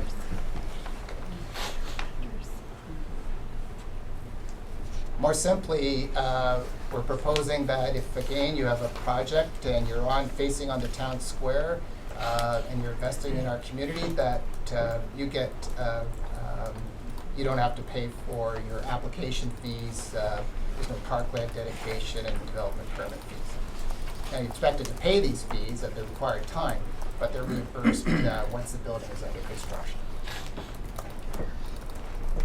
Another key issue and something we can do to help incent development is to give some flexibility on parking. Parking is very, very expensive to build, especially in high or medium density projects. So if any parking has to be underground, that becomes a real burden to a developer financially.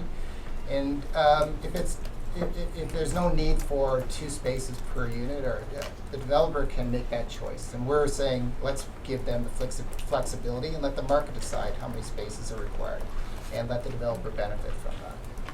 Subject to all the appropriate transportation studies, ensuring that it's not going to cause a problem elsewhere, of course.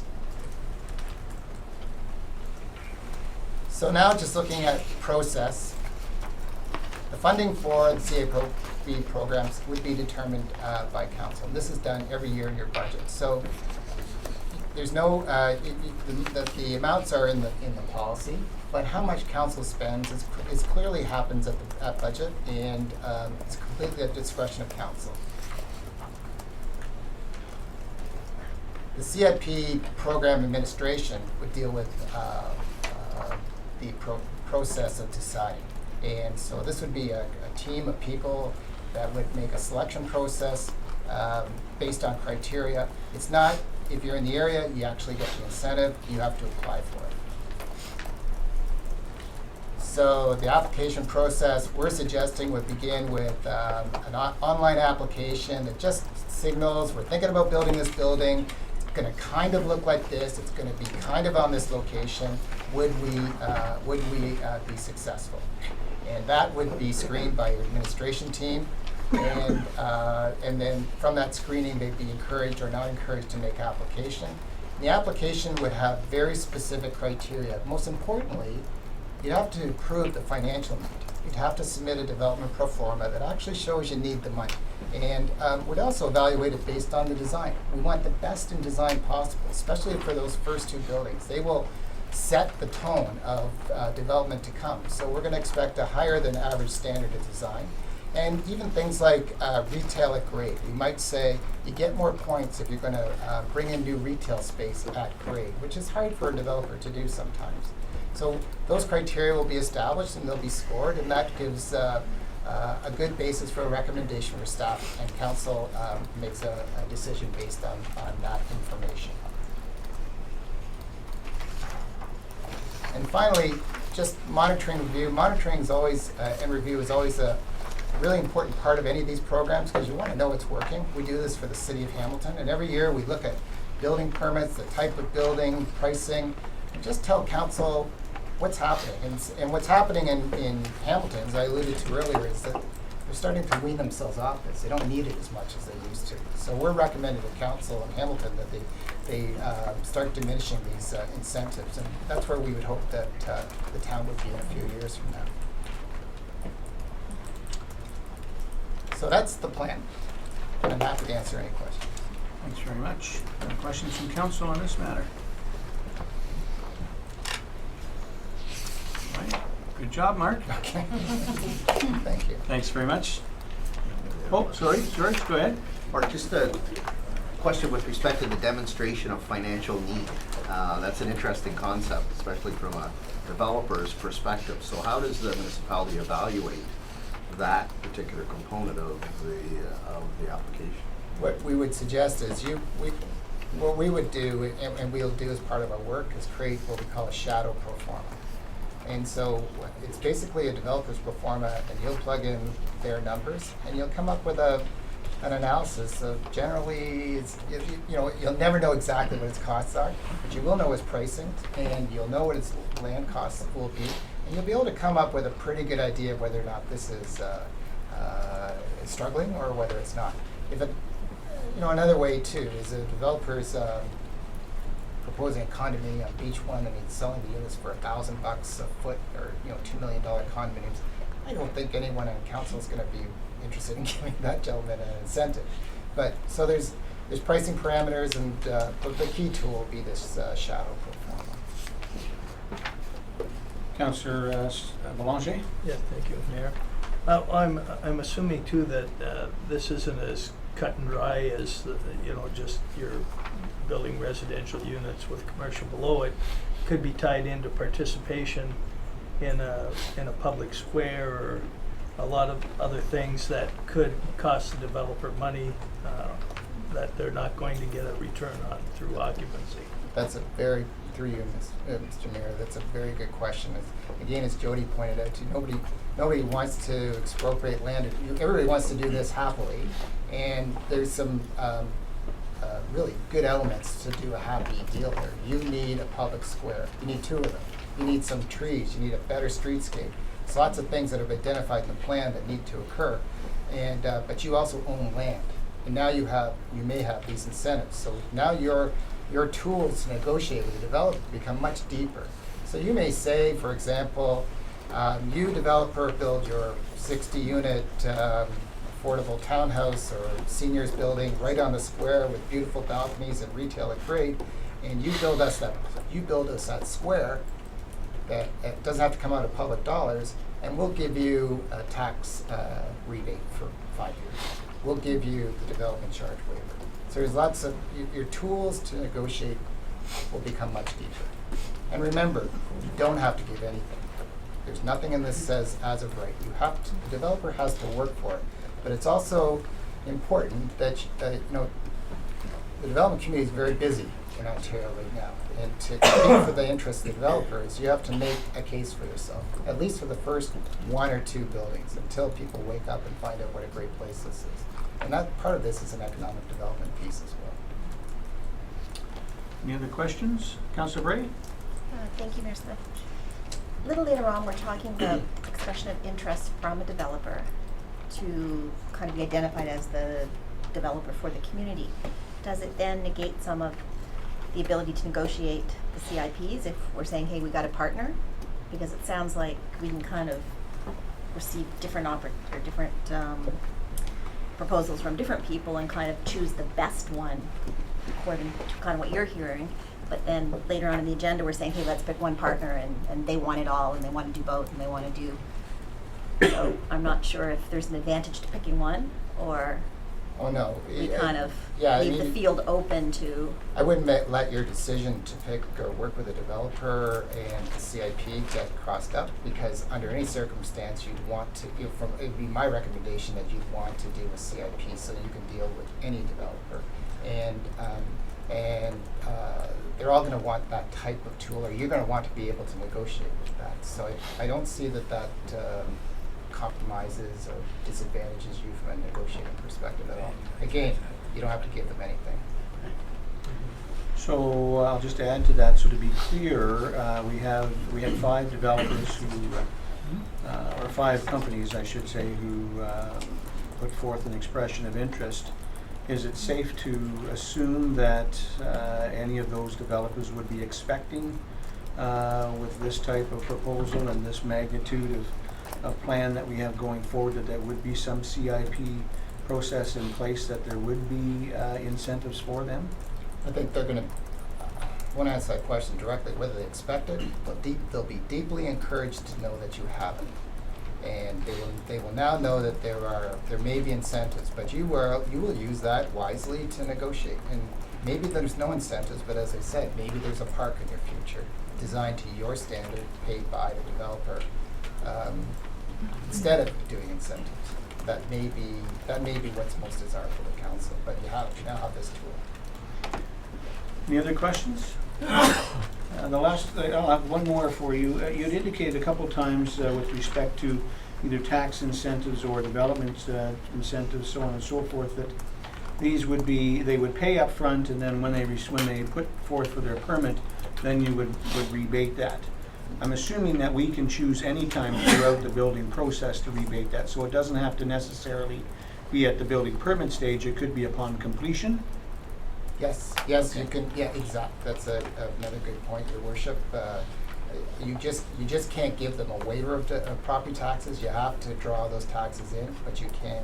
Joey will help me better here, but you can obviously rebate those taxes. When that occurs, that's at the discretion of council. We suggest building permit just because once you're pulling a building permit, you've already spent probably $500,000 on working drawings. You're serious once you pull a building permit. That's what you're looking for. But from the town side, to ensure that that project reaches completion, would it not be more advantageous for us to pay that on completion of the project? You could do it on occupancy, yes. Okay, thank you. Any other questions? Art, thanks again for your time. We appreciate it. We'll see you again, I'm sure. Thanks, Nathan. Just one thing, Your Worship. We do have a report on the agenda first item. We've kind of discussed a lot of the issues around the community improvement plan. I just wanted council and the public to know that we have a public meeting next Tuesday evening at council, where we'll be presenting this information again to the public, and we can field any questions that people may have and discuss it further.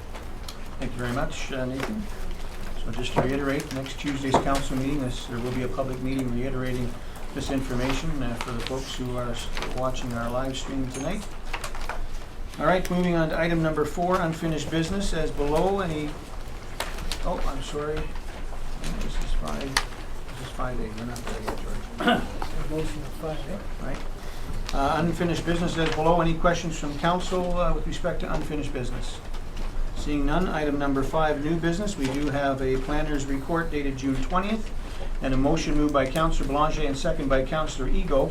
Be it resolved that Committee of the Whole recommends that Council receive the draft community improvement plan for the downtown Wasaga Beach for information. Questions or comments? Deputy Mayor Byfolchi. Thank you. I noticed, I thought Nathan was maybe gonna stay for this one. It's his report. Okay, Nathan, can you just step back in for a second? We may have a question for you here. I know this is just for information, so I'll hold off on all my other comments, but you did mention in here about the MOUs with landowners in the area down there. And I'm just wondering how many have been signed? Is everybody happy on board? Are you getting pushback? How is the MOUs going? So through you, Your Worship, our Economic Development Department has been meeting with the landowners, and from my understanding, Andrew can kind of fill in some of the details, but from my understanding, there's generally good feedback and general agreement with the way that things have been proceeding with the Downtown Development Master Plan. So no pushback saying we don't want to sign an MOU? Andrew? Through you, Your Worship, I'll address that. So I haven't spoken to all of the landowners yet. We've got 1 or 2 left. I would say 90% of the landowners so far are quite in favor of it and have indicated willingness to sign. A couple have expressed some concern. One said has no issue with it, but would prefer not to sign it. So far, only one landowner has expressed some concern. So my intention will be to bring a report back to council. I'd like to do this after we deal with the developer, and because that's information that might be relevant to a developer. But I will bring a report back to committee outlining who has signed, and we'll actually bring forward the document with signatures on it. So, sorry, what's the time frame on that? When do you see that coming forward? I would think likely in July. Okay, thank you. Thank you. Any other questions or comments? All right, Madam Deputy Clerk. Thank you, Your Worship. With the motion having been read, we'll call for the vote. Councillor Belanger? In favor? Deputy Mayor Byfolchi? In favor. Councillor Bray? In favor. Councillor Eagle? In favor. Councillor Stockwell? Favor. Mayor Smith? In favor. The vote is 6 in favor and 0 opposed. The motion is carried. Thank you, Madam Deputy Clerk. Thank you, gentlemen.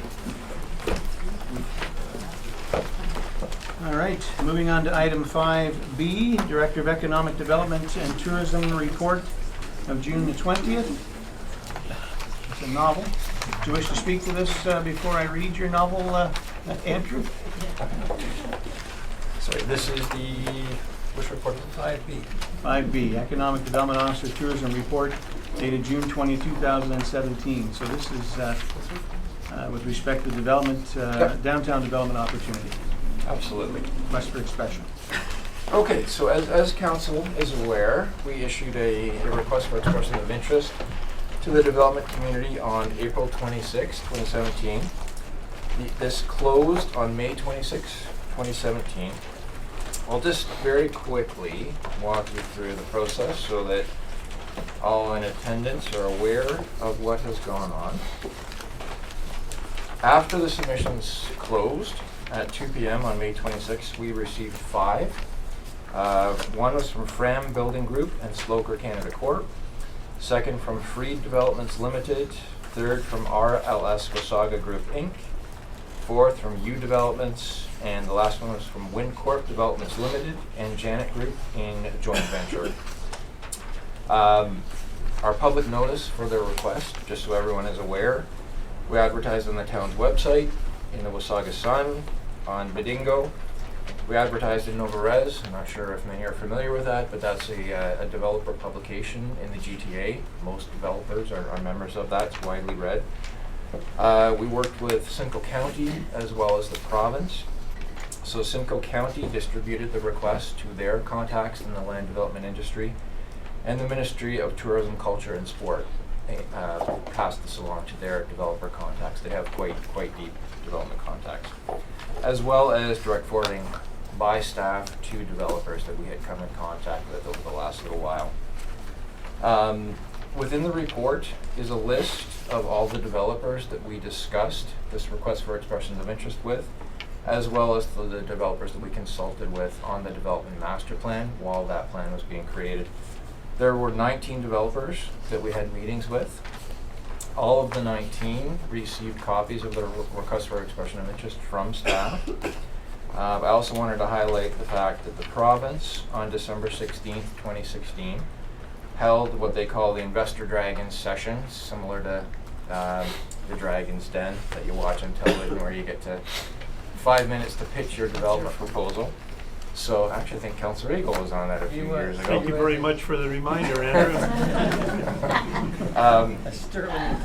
Yeah, so myself and Johanna Griggs went down to the session with the province, and we pitched the downtown development opportunity. There were 9 developers selected by the province. Of note, Fram Development Corporation was one of the developers that the province selected to attend this meeting, and the province was specifically looking for reputable mixed-use developers to attend the session, as well as some hotel developers. As part of the request, we outlined the submission requirements, expectations that we were looking for. Critical was the fact that they are proven mixed-use developers. What the plan calls for is mixed-use development. It's not okay to just be a commercial developer or just a residential developer. You have to have demonstrated experience at building mixed-use projects that is vertically integrated, and that's a very particular requirement that we put out there. We were looking for developers who had experience in small markets, understood Simcoe County, understood Wasaga Beach. This is not the GTA. You cannot just export development rationale from the city and bring it up here. You have to understand Simcoe County. It's very unique. We wanted to understand the team, experience, qualifications, and we also asked developers to indicate their impressions of the master plan, how they would approach development of the downtown, as well as what they would be looking for as a developer. And very important, we asked for a commitment from any developer who responded to this that we would be looking for a third-party auditor to go in and look at their financial strength to be able to actually pull this off. The town has been burned in the past by more than one private landowner, private developer. We can't afford for that to happen again. So this is an added step that we want to make sure, if council gets in partnership, that it's with a reputable developer. As part of the review process, we wanted to make this as transparent as possible. So we indicated that the Downtown Steering Committee would be doing the review. Normal process for the municipality is that staff will meet behind closed doors and review RFPs, come forward to council with a recommendation. We wanted to do this in the public, and that's exactly what we did. So the Downtown Steering Committee, which is composed of 2 members of council and 6 members of the public, reviewed the submissions. It was an open public meeting on June 8th and June 9th. What we were looking for from the Downtown Steering Committee was to shortlist and bring forward a recommendation to the committee as to a preferred developer. Council is not obligated to accept any developer. You have the right to say no, but the steering committee, after review, has made a recommendation. All of the submissions were scored. We had an extensive criteria laid out in the request that indicated how we would review proposals. As part of the evaluation, Fran Building Group Limited, Sloker Canada Corp, was ranked number 1, well above the number 2 and number 3. That's why the steering committee felt they were comfortable in just recommending one developer, because Fran was so far above the 2nd and 3rd choices. There was a recommendation put forward, and essentially what the steering committee recommended is that prior to any decision being made by council, they recommend that council go down and actually walk some built projects by Fran Sloker Group. My recommendation, I concur with that. I think it's very important for council to go touch buildings, look at them, see how they interact, how they work with their community, how these developments have integrated with surrounding contexts, how successful they are. Some of these projects were built a few years ago. Are they standing up to the test of time? How successful they are. Again, just as important as an auditor understanding the financial strength of a developer, you want to see what these people have built. Is it a good product? Would it work well in Wasaga Beach? Second recommendation, supporting what we had requested in the expression of interest, a third-party auditor going in and checking the financial ability. In the response to the expression of interest, FRAM indicated a request that they would be seeking the right to develop future phases. So they, in their response, indicated that they would be willing to commit to building phase 1 as outlined in the downtown master plan within the 5 to 7 year time frame that the town was looking for. In exchange for doing that, they would like options on future phases. That does not necessarily obligate the town to give those options, but it is an option that if they perform to certain milestones as determined by the town, if they meet all of their things that they say they're going to do, then they would have an option to move on to a phase 2, a phase 3. If they don't, they can part ways and say, sorry, we didn't live up to what you promised, we're going to go our different ways. In my opinion, that's a reasonable request. As you heard from Mark Conway and Jody Johnson, phase 1 is a little risky in Wasaga Beach. There's a reason that this has not happened on its own accord. So phase 1, there's a bit of risk to this. Any developer that steps forward and says, I will build that for you, they're taking that risk, and what FRAM is saying is, I'm willing to take that risk for the potential reward in future phases. So if I break even on phase 1, I'm not going to be happy if the municipality goes out and brings in another developer to come in phase 2 and phase 3, and they benefit from all the risk that this one company took and built the square and built the first phase, added value, and now they benefit, and FRAM doesn't. So it's a reasonable request, in my opinion. It's not uncommon. It happens across the province.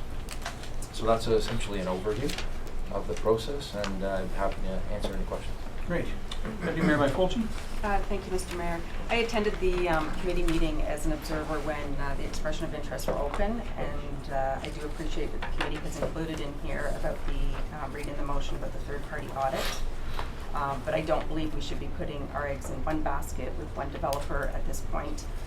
I don't have any issue with the recommendation and the way it's worded, because I think it's basically saying we're going to go do our due diligence. We're not approving these people until after that has happened. But again, I think we should be doing our due diligence on the top 2 or 3. So for that reason, I can't support it as is, because I think we need to do a little bit more. Other questions or comments? Councilor Belanger?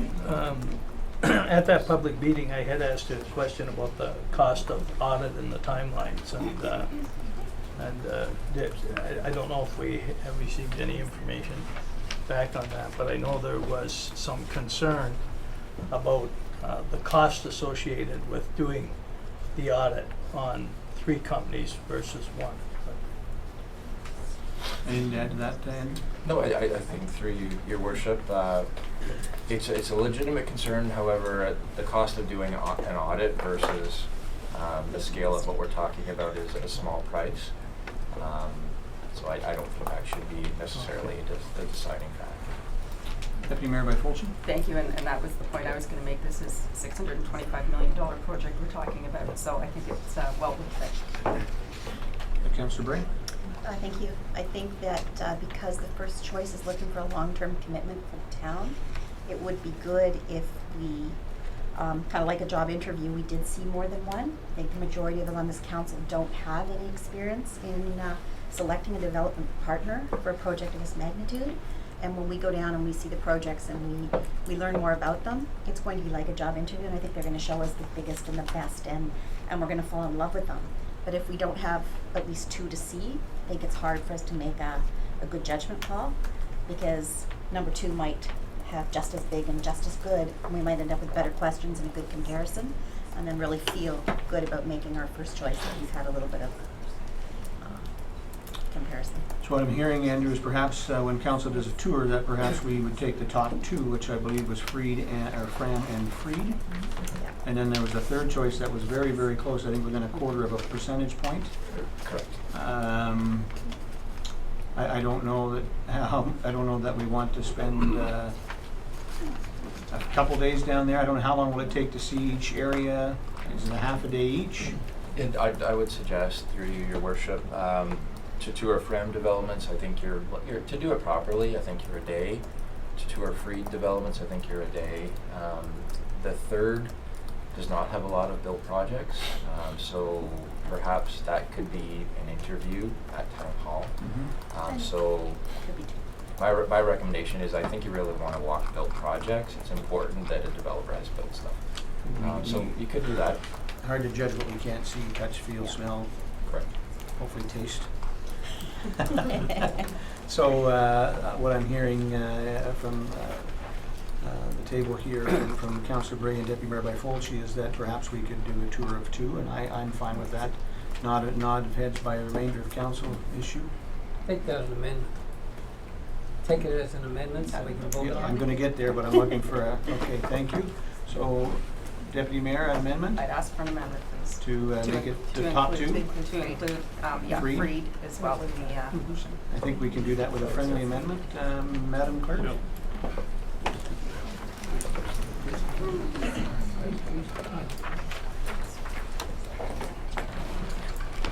Any other questions or comments?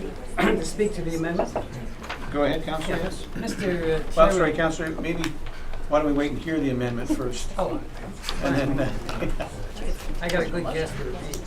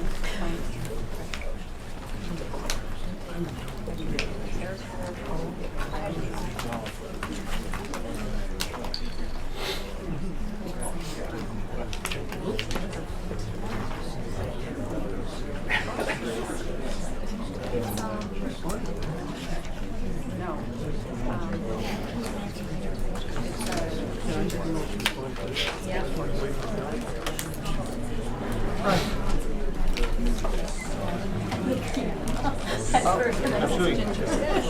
Ladies and gentlemen, order please. George, go ahead. Thank you. Just a question, Andrew, with respect to exclusivity. If another developer comes in and buys a large piece of land, whether it's down on Main Street or down at the beachfront, and then approaches the town to become a development partner with the town, just by virtue of ownership of property, would this arrangement preclude the town from working with that particular developer, or would we be prepared to work with that developer? Yes, so through to you, your worship. Absolutely, we can work with that developer. So the request for expression of interest dictated that it was for town-owned lands. So if another developer comes in and purchases private lands, it would be like working with any other private developer. So this is just for town-owned lands, and potentially lands that the town could acquire in the future. Okay. And so to add to that, Andrew, if the town had a developer come and request to purchase some of the town's lands, and council could agree to that, the same would hold true. Yes, no, I would have to defer to someone like Jody in the quarter. As part of a relationship with a developer, you would essentially create a development agreement that would spell out the terms of the agreement. So that would be something that we could speak to. I would also like to add the MOU that I'll bring forward in July. One of the purposes of that MOU was to potentially connect private landowners with a developer. So the purpose of the MOU was, once council figures out which developer, if either we would like to work with or you would like to work with, we could then present that MOU and say, this group of landowners is interested in potentially working with you and try and connect as a partnership. It may or may not work, but it's something that we can try. Thank you. You almost there? Thanks, that works. All right, good.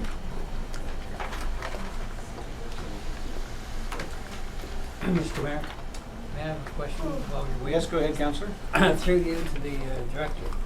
So I assume that this recommendation that you wrote for the committee went through your committee and was supported by your committee?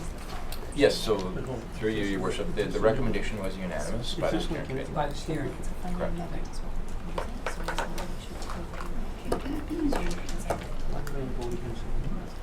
So you were Yes, like, Okay. okay, if I Okay, keep it. so then we'll do it.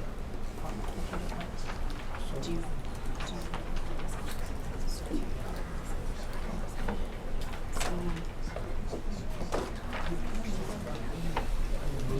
So it's just inserted in the second.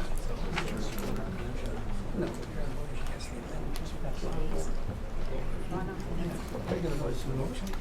So you were the seconder in this initial one, but he, that's what you're saying, you were. Okay, I'm voting for that one, but I'm not voting for the other one. So that one stays right here. Well, so there's a motion to amend.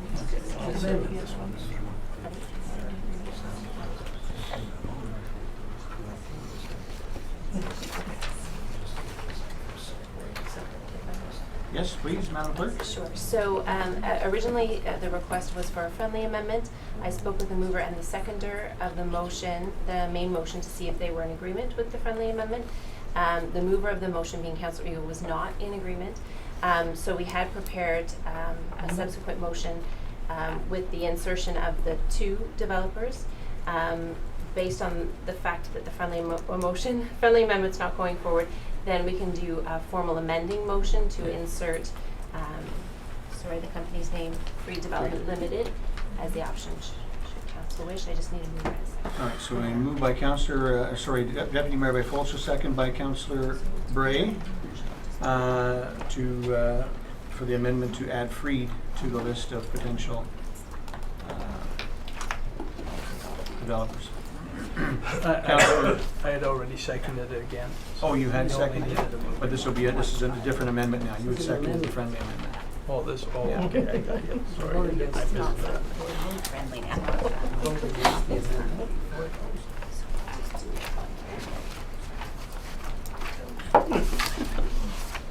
Who's on first? This isn't hard.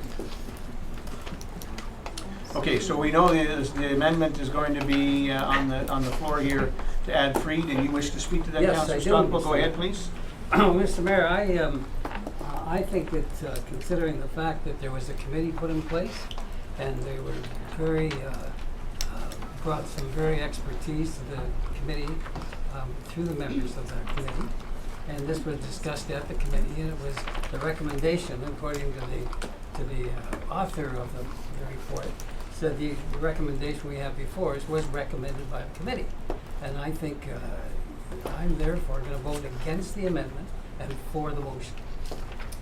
All right, Deputy Mayor by Folcher. Thank you. I'd just like to point out that we did actually hire an expert to lease out the DARG, and we didn't go with that expert's opinion either. So I think that when it gets to this table as council members, we really need to look at the bigger picture. How did you vote Councillor on Bray. that? How did you vote on that? Thank you. Councillor. Yeah. Thank you, Mayor Smith. I don't know how I you voted on sat the through first the Downtown Development Committee opening of and discussion of the memorandum of understandings. And right up until the point of the motion being made and approved, I thought they were moving forward recommending the top two. So when I saw the motion in the package only listing one, I was surprised because I left the fire hall last Thursday or Friday thinking that two were going to be on this list. So I'm not sure. I think it's important to point out, Councillor, that you left before the meeting was finished. That meeting went on for probably another 30 minutes, give or take. And So the that- motion was amended after it was initially read by?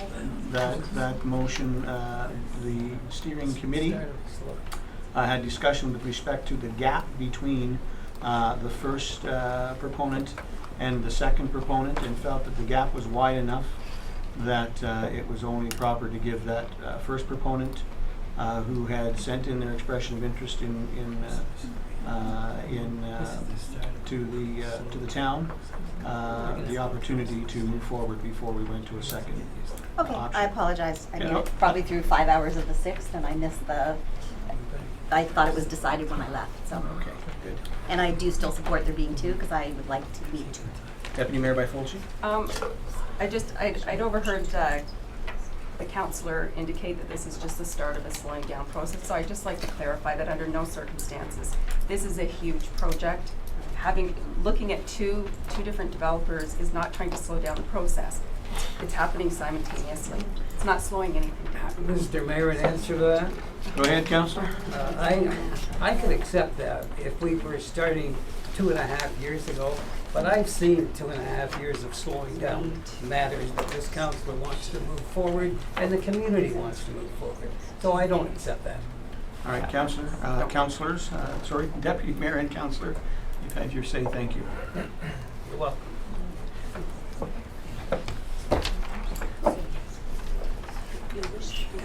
To get on the table.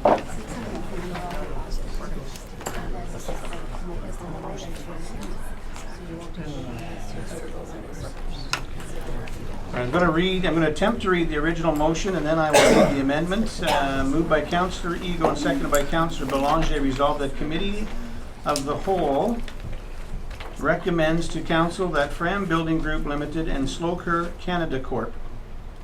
be shortlisted for Council's consideration to be the development partner with the Town of Wasaga Beach to develop town-owned lands within the downtown Wasaga Beach. And further, that Committee of the Whole recommends to Council that Council meet with and/or tour building projects of Fram Building Group Limited and Sloker Canada Corp. prior to Council's decision as to whether or not Fram Building Group Limited and Sloker Canada Corp. should become the town's development partner.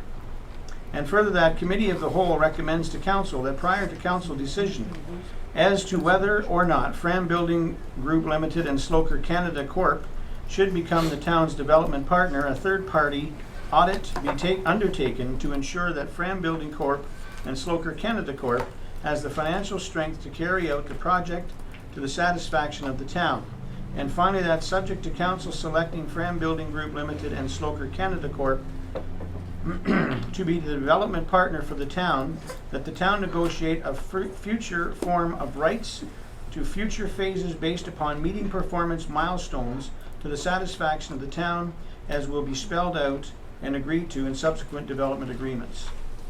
That is the original motion. That's the original motion. That's the Thank you. original motion. Thank Now you, I'll Mr. read the amending motion, which we will vote on first. Moved by Deputy Mayor Byfolchi and seconded by Councillor Bray. Resolved that the recommendation now before Committee of the Whole be amended, inserting Free Developments Limited after Fram Building Group Limited and Sloker Canada Corp. throughout the main motion. Any questions or comments on the amendment? Madam Deputy Clerk? Thank you, Your Worship. With the motion having been read, we'll call for the vote. Councillor Belanger? Opposed. Deputy Mayor Byfolchi? In favor. Councillor Bray? In favor. Councillor Ego? Opposed. Councillor Stockwell? Opposed. Mayor Smith? In favor. The vote is 3 in favor and 3 opposed. The motion's lost. The motion is defeated. Now, you've heard the original motion, and Madam Deputy Clerk. Mayor Smith, can I ask Yes. a question, please? You may. Thank you. The fourth paragraph of that motion says that subject to council selecting Fram Building Group. If there is no choice in the above 3 recommendations, how are we selecting? Are we not sole sourcing at this point, and should we not identify it as such? But there's nothing that says council has to use this.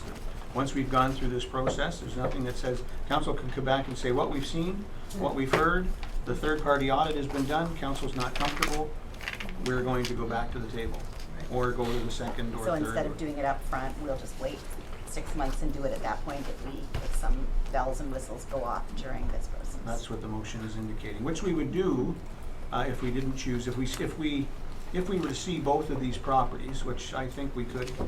I mean, we're going down.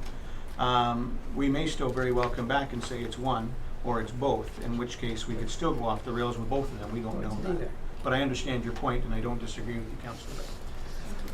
You've heard the original motion, councillors. Any questions before we call the question? Madam Deputy Clerk. Thank you, Your Worship. With the motion having been read, we'll call for the vote. Councillor Belanger? In favor? Deputy Mayor Byfolchi? Opposed. Councillor Bray? Opposed. Councillor Eagle? In favor. Councillor Stockwell? Favor. Mayor Smith? In favor. The vote is 4 in favor and 2 opposed. The motion is carried.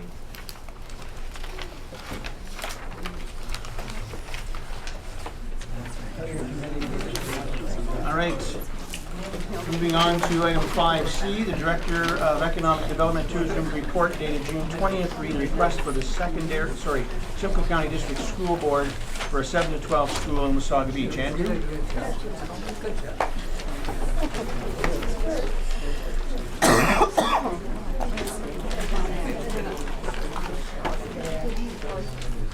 This one's just as important.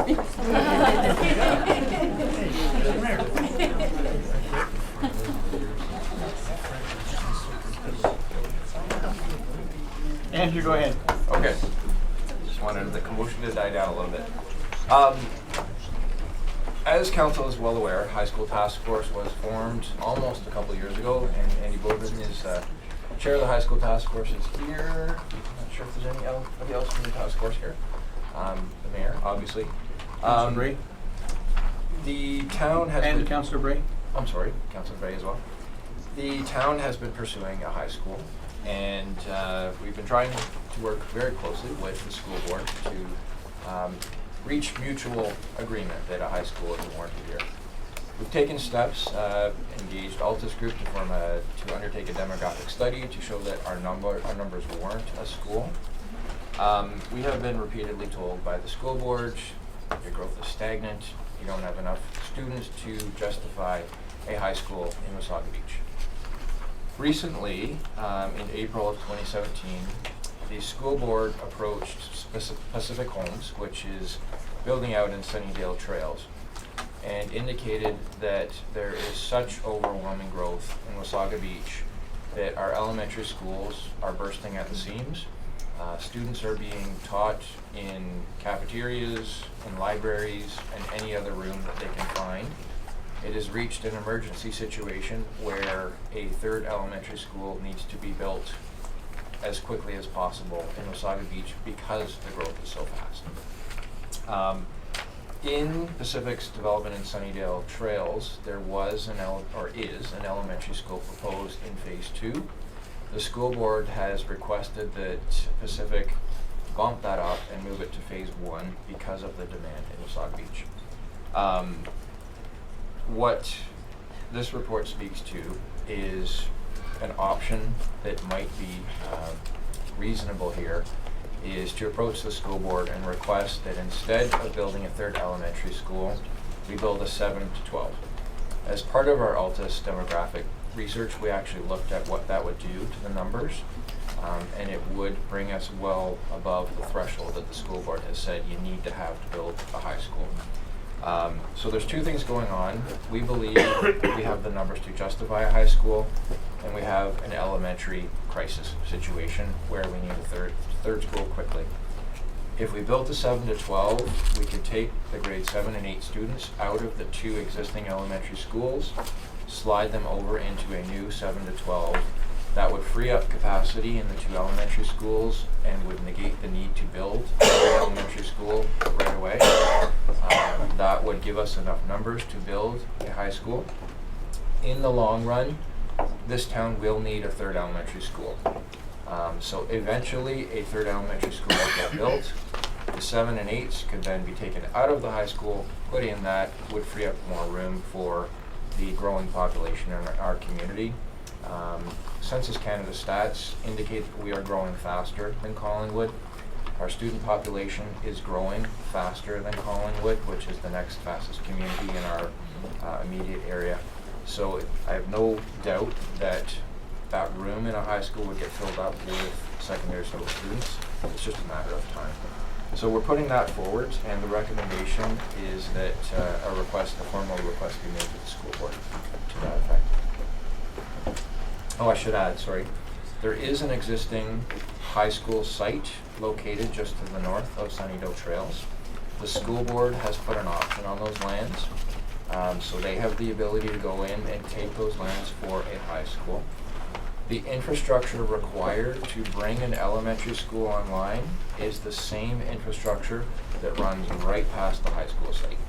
So in order to bring Sunnydale Trails on stream, build an elementary school, pull one building permit in Sunnydale Trails, you need to build the pumping station and run the services along Sunnydale Road right past the high school site. So it would be ready to go, that site. Thank you, Andrew. Questions, That makes sense. comments from council? Councilor Bray? Is that number 3 on the map? That's correct. Any other questions or comments? I couldn't agree more with the staff report and the staff recommendation here. What we know is that what we've been hearing from the Simcoe County District School Board is simply, well, it's simply not accurate in my opinion, and that high school is desperately needed in our community. We no doubt have the students that support a high school. I think it's important to note that we currently have 3 elementary schools in our community. This would be a 4th that the Simcoe County District School Board is requesting, because we do have a Catholic school that goes from JK to 8, and no doubt some of those students, when they leave the elementary Catholic school, may possibly wish to stay in town where they live and attend public high school. So I think it's a great solution. I think it saves the ministry some major dollars up front. No doubt they'll have to build another elementary school down the road. But what's very interesting is that we're told we don't have enough students already. We're told that 78 to 85 growth in our student population is certainly not enough to build a high school. And in the next breath, we get a request asking for us to move as quickly as we possibly can to build another elementary school, because the current elementary schools are bursting at the seam. So I don't know where the mathematics come into play or who taught mathematics back when those folks were in school, but I'm struggling with it. And I know I'm being a bit curt and maybe even disrespectful, but I think our children in the town of Wasaga Beach have been disrespected for many, many years. And so I would hope that council would support this resolution. Order, please. So it is moved by, there was no questions, that's why I went on my tirade. Moved by Councillor Bray, seconded by Councillor Belanger, be it resolved that the Committee of the Whole recommend to Council that it formally request the Simcoe County District School Board to pursue construction of a 7 to 12 school in Wasaga Beach rather than pursuing a 3rd elementary school in the community. Madam Deputy Clerk. Thank you, Your Worship. With the motion having been read, we'll call for the vote. Councillor Belanger. In favor? Deputy Mayor Bicolci. In favor? Councillor Bray. In favor? Councillor Eagle. In favor? Councillor Stockwell. In favor. Mayor Smith. In favor. The vote is 6 in favor and 0 opposed. The motion is carried. Well done. All right, moving on to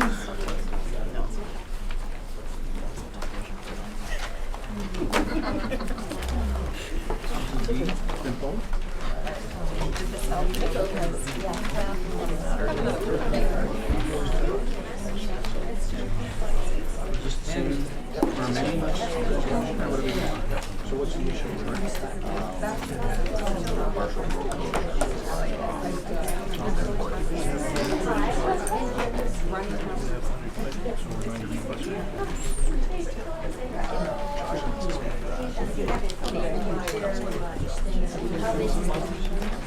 All right, gentlemen, have a seat. And Josh, you're going to speak to it first. So we have our next motion, Recreation Coordinator's Report dated June 20th, Canada Day celebrations, which we understand you're wanting to make an amendment to that motion. So Josh, if you want to explain that, please. Yes, sir. So there, I should have a second motion in there that reads, further that Committee of the Whole recommends to Council the partial closure of Beach Drive from 1st Street to 2nd Street, from the Transit General North and 3rd Streets from 5:30 to 10:15 p.m. All right, so that's an amendment in addition to the motion which is moved by Councilor Eagle and seconded by Councilor Bray. Are you two folks okay with that amendment? Yes. Or that change? Yes. You want to have them sign that? How about you, Councilor Bray? Well, I'm not sure. Can you think quick? It was just the road closures? Yeah. Partial road closure. All right, great. Question. Councilor Stockwell? So is it where is the blue buildings, you know, the blue buildings there? Yes. Is this right in front of them? That's correct. So we would be looking at the First Street, closing First Street, as you can see in the map here. But that was- Yeah, it's kind of that by was the leading up to splash question. pad. Okay. The question is, have you discussed this with the operators? No, not yet. Okay, so this is the committee is going to council. Can you discuss it with him between now and the time it gets to council? Yes, we can. And this is a partial road closure? From 5:15 to 10:15 p.m. So partial, let's be clear then, Josh, if we can, partial meaning only one lane, or partial meaning it's going to close only part of the day? Partial meaning it's only closing part of the day. Okay, so, yeah, I read, as I read partial, I'm thinking part of the road only. So I think that's important before this gets to council next week, that you have that discussion and be prepared to report on that to council before we make a final decision on that. What is the ramifications, Josh, if council doesn't approve this partial road closing? From my understanding, the OPP feel very strongly that due to the pedestrian traffic that will be in the area for this event, that there could be some safety concerns. And from what I believe and from what I was told, they will be closing the road that day. The OPP would. Yes. All right. Deputy Mayor Byfolchi and then George. Thank you. I have 3 questions. Because the report is now saying we're going to be using up more money because of OPP, I guess my question is how many officers were originally budgeted for the event? And does it compare to what we make other people do? Because why is this coming forward now? Like, we should have known for an event this size, we need this many OPP, so what happened there? So originally we had budgeted for 2 officers to patrol the beer garden. Because of the nature of our community events in the past, we haven't really seen any OPP presence necessary for them. So it's somewhat of an oversight on our behalf, but I think we've taken the RFP to the beer vendor now, and they are asked to provide an additional 2, so they're going to be providing 4. And then this was in conjunction with the recommendation of the road closures because 2 OPP need to be at each barricade. Okay, yeah, no, this is an event that could have 20,000, whatever. That's so right. Whatever I look at electric elements, they were having 10,000. So to look at what they require for an event, we as a municipality should know up front we're expected to do the same. Can I assume paramedics and things have also been? That's correct, yes. And After? first aid, yes. And then Paramedics, first aid. And then my last question is, considering this is on the beachfront, we have a beer garden right down there, what kind of water safety plans in place? So I've been in contact with the fire chief and OPP, and they are both looking at putting boats in the water that day. Additionally, I'm working with John Fisher to see if it's possible to have the M&R boat in the water as well. So they're looking at it, or they've committed to it? M&R is looking at it. Fire and OPP is committed. Committed to Yes. being there? Okay, thank you. George? Thank you, Mr. Chair. Just with respect to the partial road closure, as Josh has indicated, the conversations with the OPP, and they were, because of the anticipated crowds, and the stage is going to be located parallel to 3rd Street on the sand, that it was felt that 5:30, as the crowds start to move in because the warm-up band starts at 6:30, and then the main headliner starts a little bit later, that area will become an area that people want to stand to watch the bands, because if you can visualize, it'll be a good viewing area. So we, as a compromise, we said that 5:30 p.m. would be a good time to close that road as the crowds start to arrive. That's not to say that we're putting any barricades or doing anything. It's just that road, as the people start to stroll in, so the businesses will be fully accessible by people that are coming to watch and observe and participate with the concerts that's going to take place. So that's the rationale. And then the fireworks take place at 10. And then, as members of council are familiar, after the fireworks, things tend to flush out down there in terms of vehicles and people, and so the roads were proposed to reopen at 10:15, so that flush could take place with respect to the people leaving. The OPP have said that they are going to prepare just in case the crowds are significant and there is a safety concern. along Beach Drive to close the remainder of Beach Drive. But at this point, they're just going to observe and see how the crowds interact on the day and what happens, and hopefully the plan that's been put in place that Josh has outlined will be successful, and that we'll have a great event. Great, thank you. Any other questions or comments? Councillor Bray? Do we have a ballpark for numbers that we're expecting down at the beach front that day? Joshua? So through some research of different venues that Tim Hicks has played at in the past, he'll fill stadiums and arenas such as Cops Coliseum, Budweiser Center in London. So we're looking at sort of the 20 to 30,000 person capacity for those places. It's free. Which is like 3 times the size of an electric element. It's quite large, yes. Wow. It's free. All right. Any other questions or comments? You can take I think before I call the question, we'll introduce Chris Ruse. Anybody who doesn't know Chris is our new director for Parks and Recreation.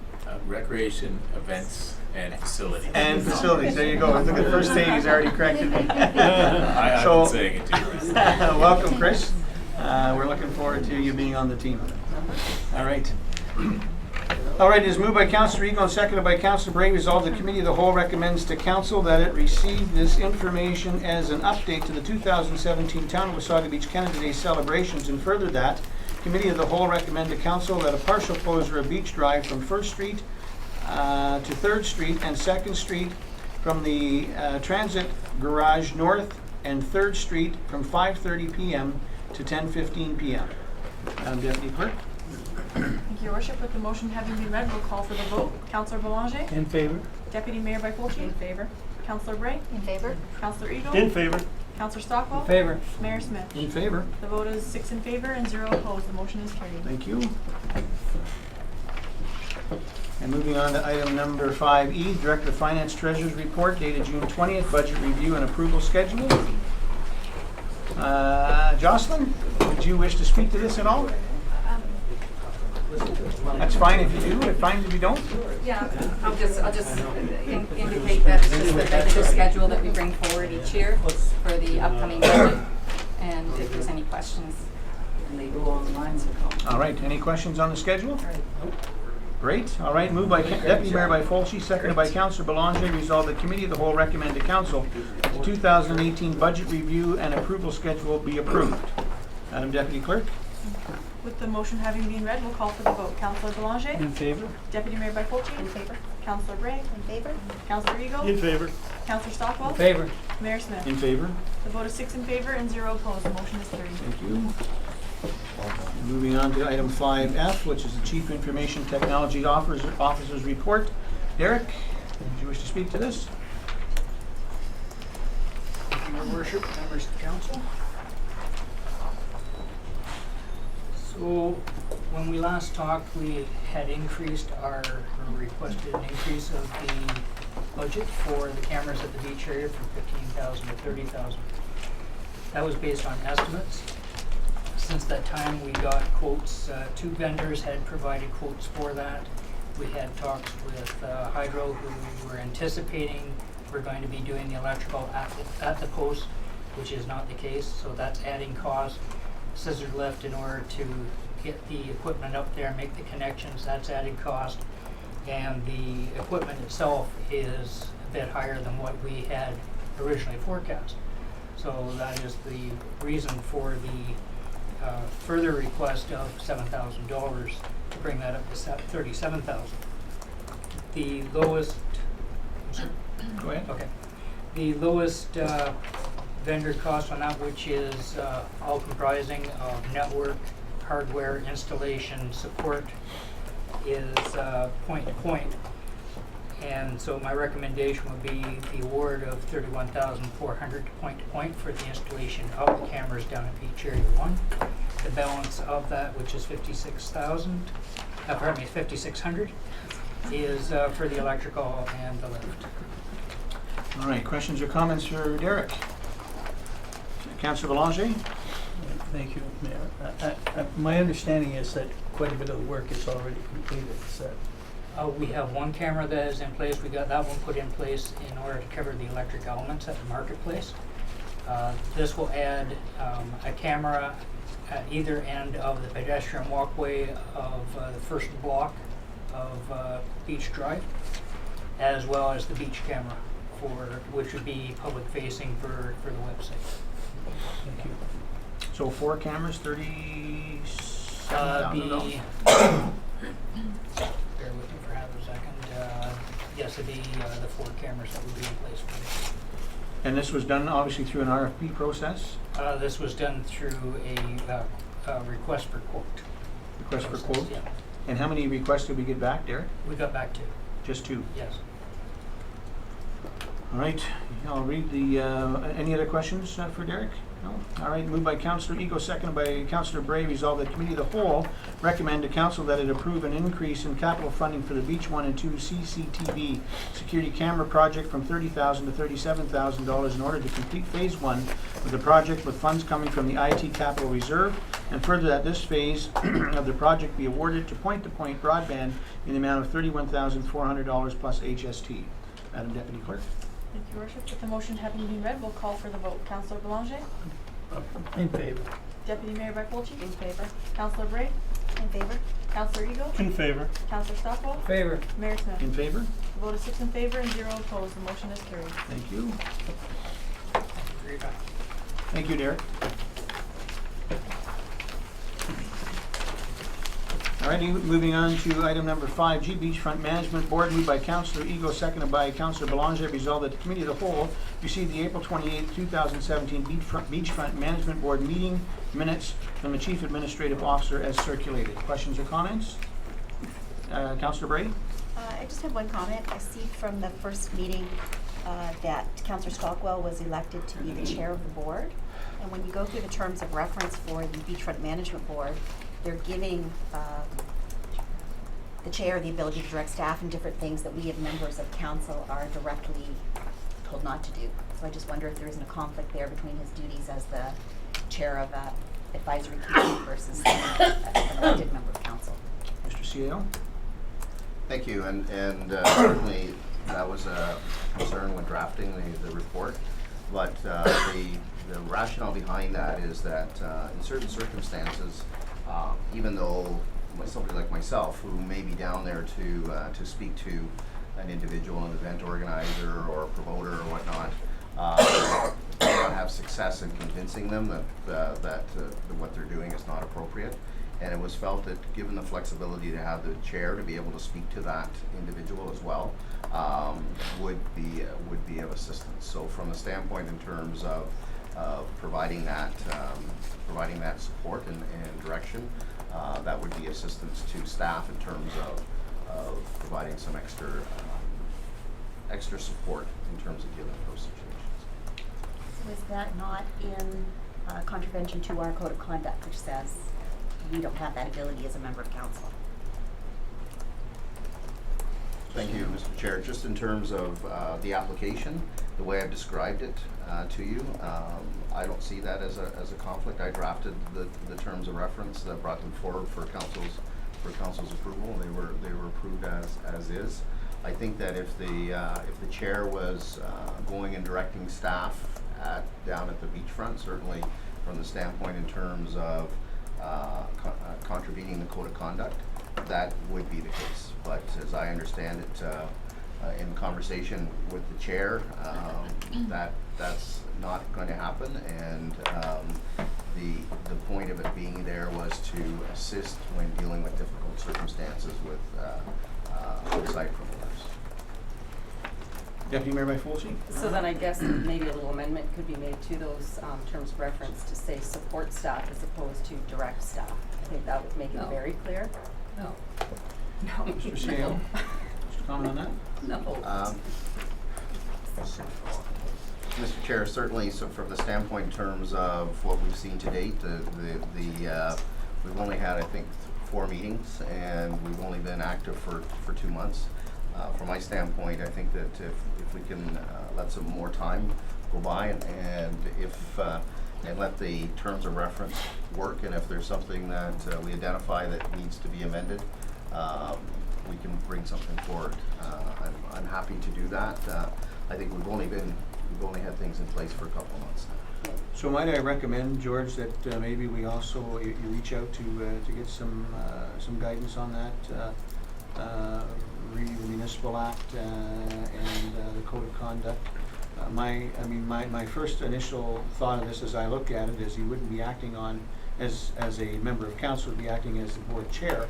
But if there's a conflict there, then we want to make sure we're aware of it now before it gets to a point where it's problematic. So maybe if you could do some investigation on that. Deputy Mayor Byfolchi? Well, and I'd just like to point out, it's not just our CAO, that's staff. It could be any staff member. So I think it's important to look into it. Well, I think it will only be staff who are appointed by the CAO to the committee. Is that not correct, George? This is not any and all staff. This is only any staff that you deem to appoint to work on with the Beachfront Management Board, correct? Thank you, Mr. Chair. I think there's going to be staff that will be down there, whether it's public works or parks and facility staff. Certainly there are key staff that work very closely with the board. But as members of the committee know, on any given day there might be other staff that are down there. Certainly that was not the intent. It was, as I've already addressed. Okay. All right. So I guess- Deputy Mayor, or sorry, Councillor Bray. Keep getting promoted. So I guess my only concern there is that when those terms of reference were drafted, we probably anticipated that a member of the community would be the chair, not a member of council, and that's where I see the conflict. Thank you. All right. Having heard the question, Madam Deputy Clerk. Thank you, Worship. With the motion having been read, we'll call for the vote. Councillor Blanchet? In favor? Deputy Mayor Byfolchi? In favor? Councillor Bray? In favor? Councillor Ego? In favor. Councillor Stockwell? Favor. Mayor Smith? In favor? The vote is 6 in favor and 0 opposed. The motion is carried. Thank you. Moving to item 5H, moved by Councillor Ego, seconded by Councillor Bray. Resolved the Committee of the Whole received the May 12, 2017 Beachfront Management Board meeting minutes from the Chief Administrative Officer as circulated. Questions or comments? Seeing none, Madam Deputy Clerk. Thank you, Worship. The motion having been read, we'll call for the vote. Councillor Blanchet? In favor? Deputy Mayor Byfolchi? In favor? Councillor Bray? In favor? Councillor Ego? In favor. Councillor Stockwell? Favor. Mayor Smith? In favor. The vote is 6 in favor and 0 opposed. The motion is carried. Thank you. And item 5I, moved by Councillor Ego, seconded by Councillor Belanger. Resolved the Committee of the Whole received the May 25th, 2017 Beachfront Management Board meeting minutes from the Chief Administrative Officer as circulated. Questions or comments on this one? Seeing none, Madam Deputy Clerk. Thank you, Worship. With the motion having been read, we'll call for the vote. Councillor Belanger? In favor? Deputy Mayor Byfolchi? In favor? Councillor Bray? In favor? Councillor Ego? In favor. Councillor Stockwell? Favor. Mayor Smith? In favor? The vote is 6 in favor and 0 opposed. The motion is carried. Thank you. And moving on to item number 6 for future meetings, we have only one item there, reconsideration of the 2017 Food Bank grant by Councillor Belanger, who will speak to this item at the table tonight. So I'm assuming you want to speak to that now? No, That's a future item was just to give Future item, notice sorry that for the next, chair- that's correct, sorry. And Deputy Mayor Byfolchi? I'm just looking for clarification on that. Is that not something that we would vote on whether we do discuss in the future? I think we had something like that before. You had something on the agenda, I had something on the agenda, and that we were to vote on it. Because if it is going to a vote, I definitely have some comments on that. Mr. CAO? Thank you. I think the clerk had her hand up as well. Oh, I'm but sorry, Madam I'm fine to go with this one if I may. Just that this is just to introduce the item. The item will be on the agenda for the next meeting, which the person who raised it will have that discussion, and that's when the vote will take place. So it'll actually be at the next committee. Oh, meeting. interesting. This is just to make everybody aware that it's coming forward. Deputy Mayor? So in a month, Councillor Belanger will speak to what he wants to talk about, and we'll vote whether we're willing to talk about that at another meeting. Correct. Okay, thank you. So it works. Madam Clerk, did you have anything to add? That's No. fine. All right. Maybe. Go ahead. Moving on to item number 5, closed session, none required today. Item number 8 is reports from closed session, and there's none there as well. And having said that, Councillor Belanger? Well, I had my hand up immediately. I just wanted clarification. My understanding was that it would be discussed and we could vote at the next council meeting. So in other words, a committee of the whole and vote at council in July. I thought that was my understanding of what it was. Madam Clerk, some clarification? If I can read from the section in the procedural bylaws, Your Worship, it speaks to the fact that the item would be placed under the unfinished business section on the next meeting agenda, and or may appear as an agenda item on the next or future meeting agenda.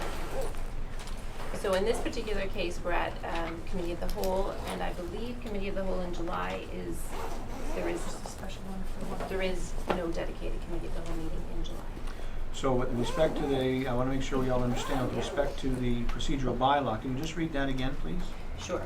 So, if I can backtrack to the other point, because I know the CEO had mentioned something. So the way it's referenced in here, it talks about, with the consent of the majority of the committee or council, the item will be placed under the unfinished business section of the next meeting agenda, and or may appear as an agenda item on the next or future meeting agenda. So it can either be put on the unfinished business for another meeting again further down the road, as the deputies indicated, I think. So that's what we were made to follow. And or I'm hearing it can be placed on the next agenda. On the next or future, yeah. That's the way it's more referenced. It's a wee bit confusing. I think we need to have a peek at that. Yeah, so you'll have a look at that. So with respect to the procedural bylaw as it stands now, it could be placed if we need to have a vote on that, or is it can just be placed on the next agenda? Well, I apologize, and I know that the CIO spoke to this. When I read it, it talks about the consent of the majority of the committee before it gets placed under. There's no formal discussion it speaks to, but it does talk about the consent of the majority before it gets placed on a subsequent agenda, and that's where the formal discussion would occur and a decision would be made at that point. So then that vote should be taking place now if the councillor wants it on the next agenda, or it goes on the next agenda and we vote then to go on to the next agenda. Right. So the way I read it, and I apologize, and the CEO can speak if I'm misreading the information, but the way that I read it, it speaks to the fact, the item will be brought forward under this section. It shall not be discussed at length at the meeting in which it's presented. Which is now. Right. But with the consent of the majority of the members of the committee or council, the item will be placed under the unfinished business section of the next meeting agenda, or, may appear, as it says, as an agenda on the next or future. So the way I interpret it is that there needs to be the majority of agreement that the item move forward to be discussed at a future meeting. Okay. And you're the clerk, and you interpret for us. So sorry about that, but that's unfortunately how it is. So I want to make sure we're clear. I'll get you in a second, Councillor, because I want to make sure that we're clear here. The councillor has put this forth tonight, so tonight we will take a vote whether or not it will get on to the next agenda or it will not. And if not, then it goes to the unfinished business for the following meeting. Is that correct? Sorry, Your Worship. So what would happen is that the committee would review it, determine if they want to move it forward by majority members to the next meeting for consideration. And then that's when, there would be the formal discussion and then the decision whether a motion is carried or the item is not moved forward at that point. Okay. So then I think what we're looking for is a vote of council here today whether or not to put this on the next agenda. Not knowing what it's about. Not knowing what it's about. Well, we know that it's about the reconsideration of the 2017 food bank grant. I think we can read into that. Okay, Councillor Stockwell, you had a comment? Or you're good? Deputy Mayor Bifulci. Thank you, and I'm just looking at this from, again, a process standpoint. We have a policy and a process for grants, for requests for money. It is not usual that a council member puts it on here and it becomes, in my opinion, a political thing. Not that you were intending for it to be that way, certainly not campaigning, that type of thing, but that's how I think it can appear. We could all bring something forward at some point for certain groups and things. I had a call last week for someone who applied, they didn't get the entire grant, they want more money. My response is, you need to call the Treasury Department. That's who you go through. They explain the process. But if we're going to start bringing things forward in this fashion, I don't think we're following a proper process for it. So for those reasons, I won't support it going forward. I support them going through the proper process. Okay, can I just... Just a minute, Councillor, I'll get to you. Councillor Bray? Yeah, I too. I think it falls into our grant policy. We've spent a lot of time developing. I don't think we were all happy with how the votes went, but we get the phone calls and we say, hey, talk to the treasurer. We have a grant policy. I don't know that we can pull them separately and talk about them. Councillor Belanger. I'm not gonna speak to the item, and certainly if there's another process, but this is a separate budget item on our council. It is not like a typical grant. So there is a budgeted line, and I've been told and then approached the clerk to say, what is the process? And I have followed the process that I was directed to follow. If we're saying now the process is for the food bank to request the money through the treasurer and that they do a deputation, I'm fine with that. All I'm doing is following the process that I was told to follow. Okay. Deputy Mayor? So I would ask the clerk to clarify the process. Just going to do that. Madam Clerk? Thank you, Worship. When I had the initial conversation with Councillor Belanger, the discussion, and I apologize if I provided you with the incorrect information, but my understanding was the question was, how do I get an item back onto the agenda for consideration of something that was already dealt with? So this is the proper process. Having said that, there is a policy in place, and so, and I apologize, I'm not entirely familiar with that policy. So that's why I didn't advise him of that policy. It was just how to get an item back on the agenda. Okay, and so, as the councillors indicated, this is not a grant, it is now a budget item in our budget, a budget line item, is that what you're saying, councillor? That's what I've been told. Okay, and so,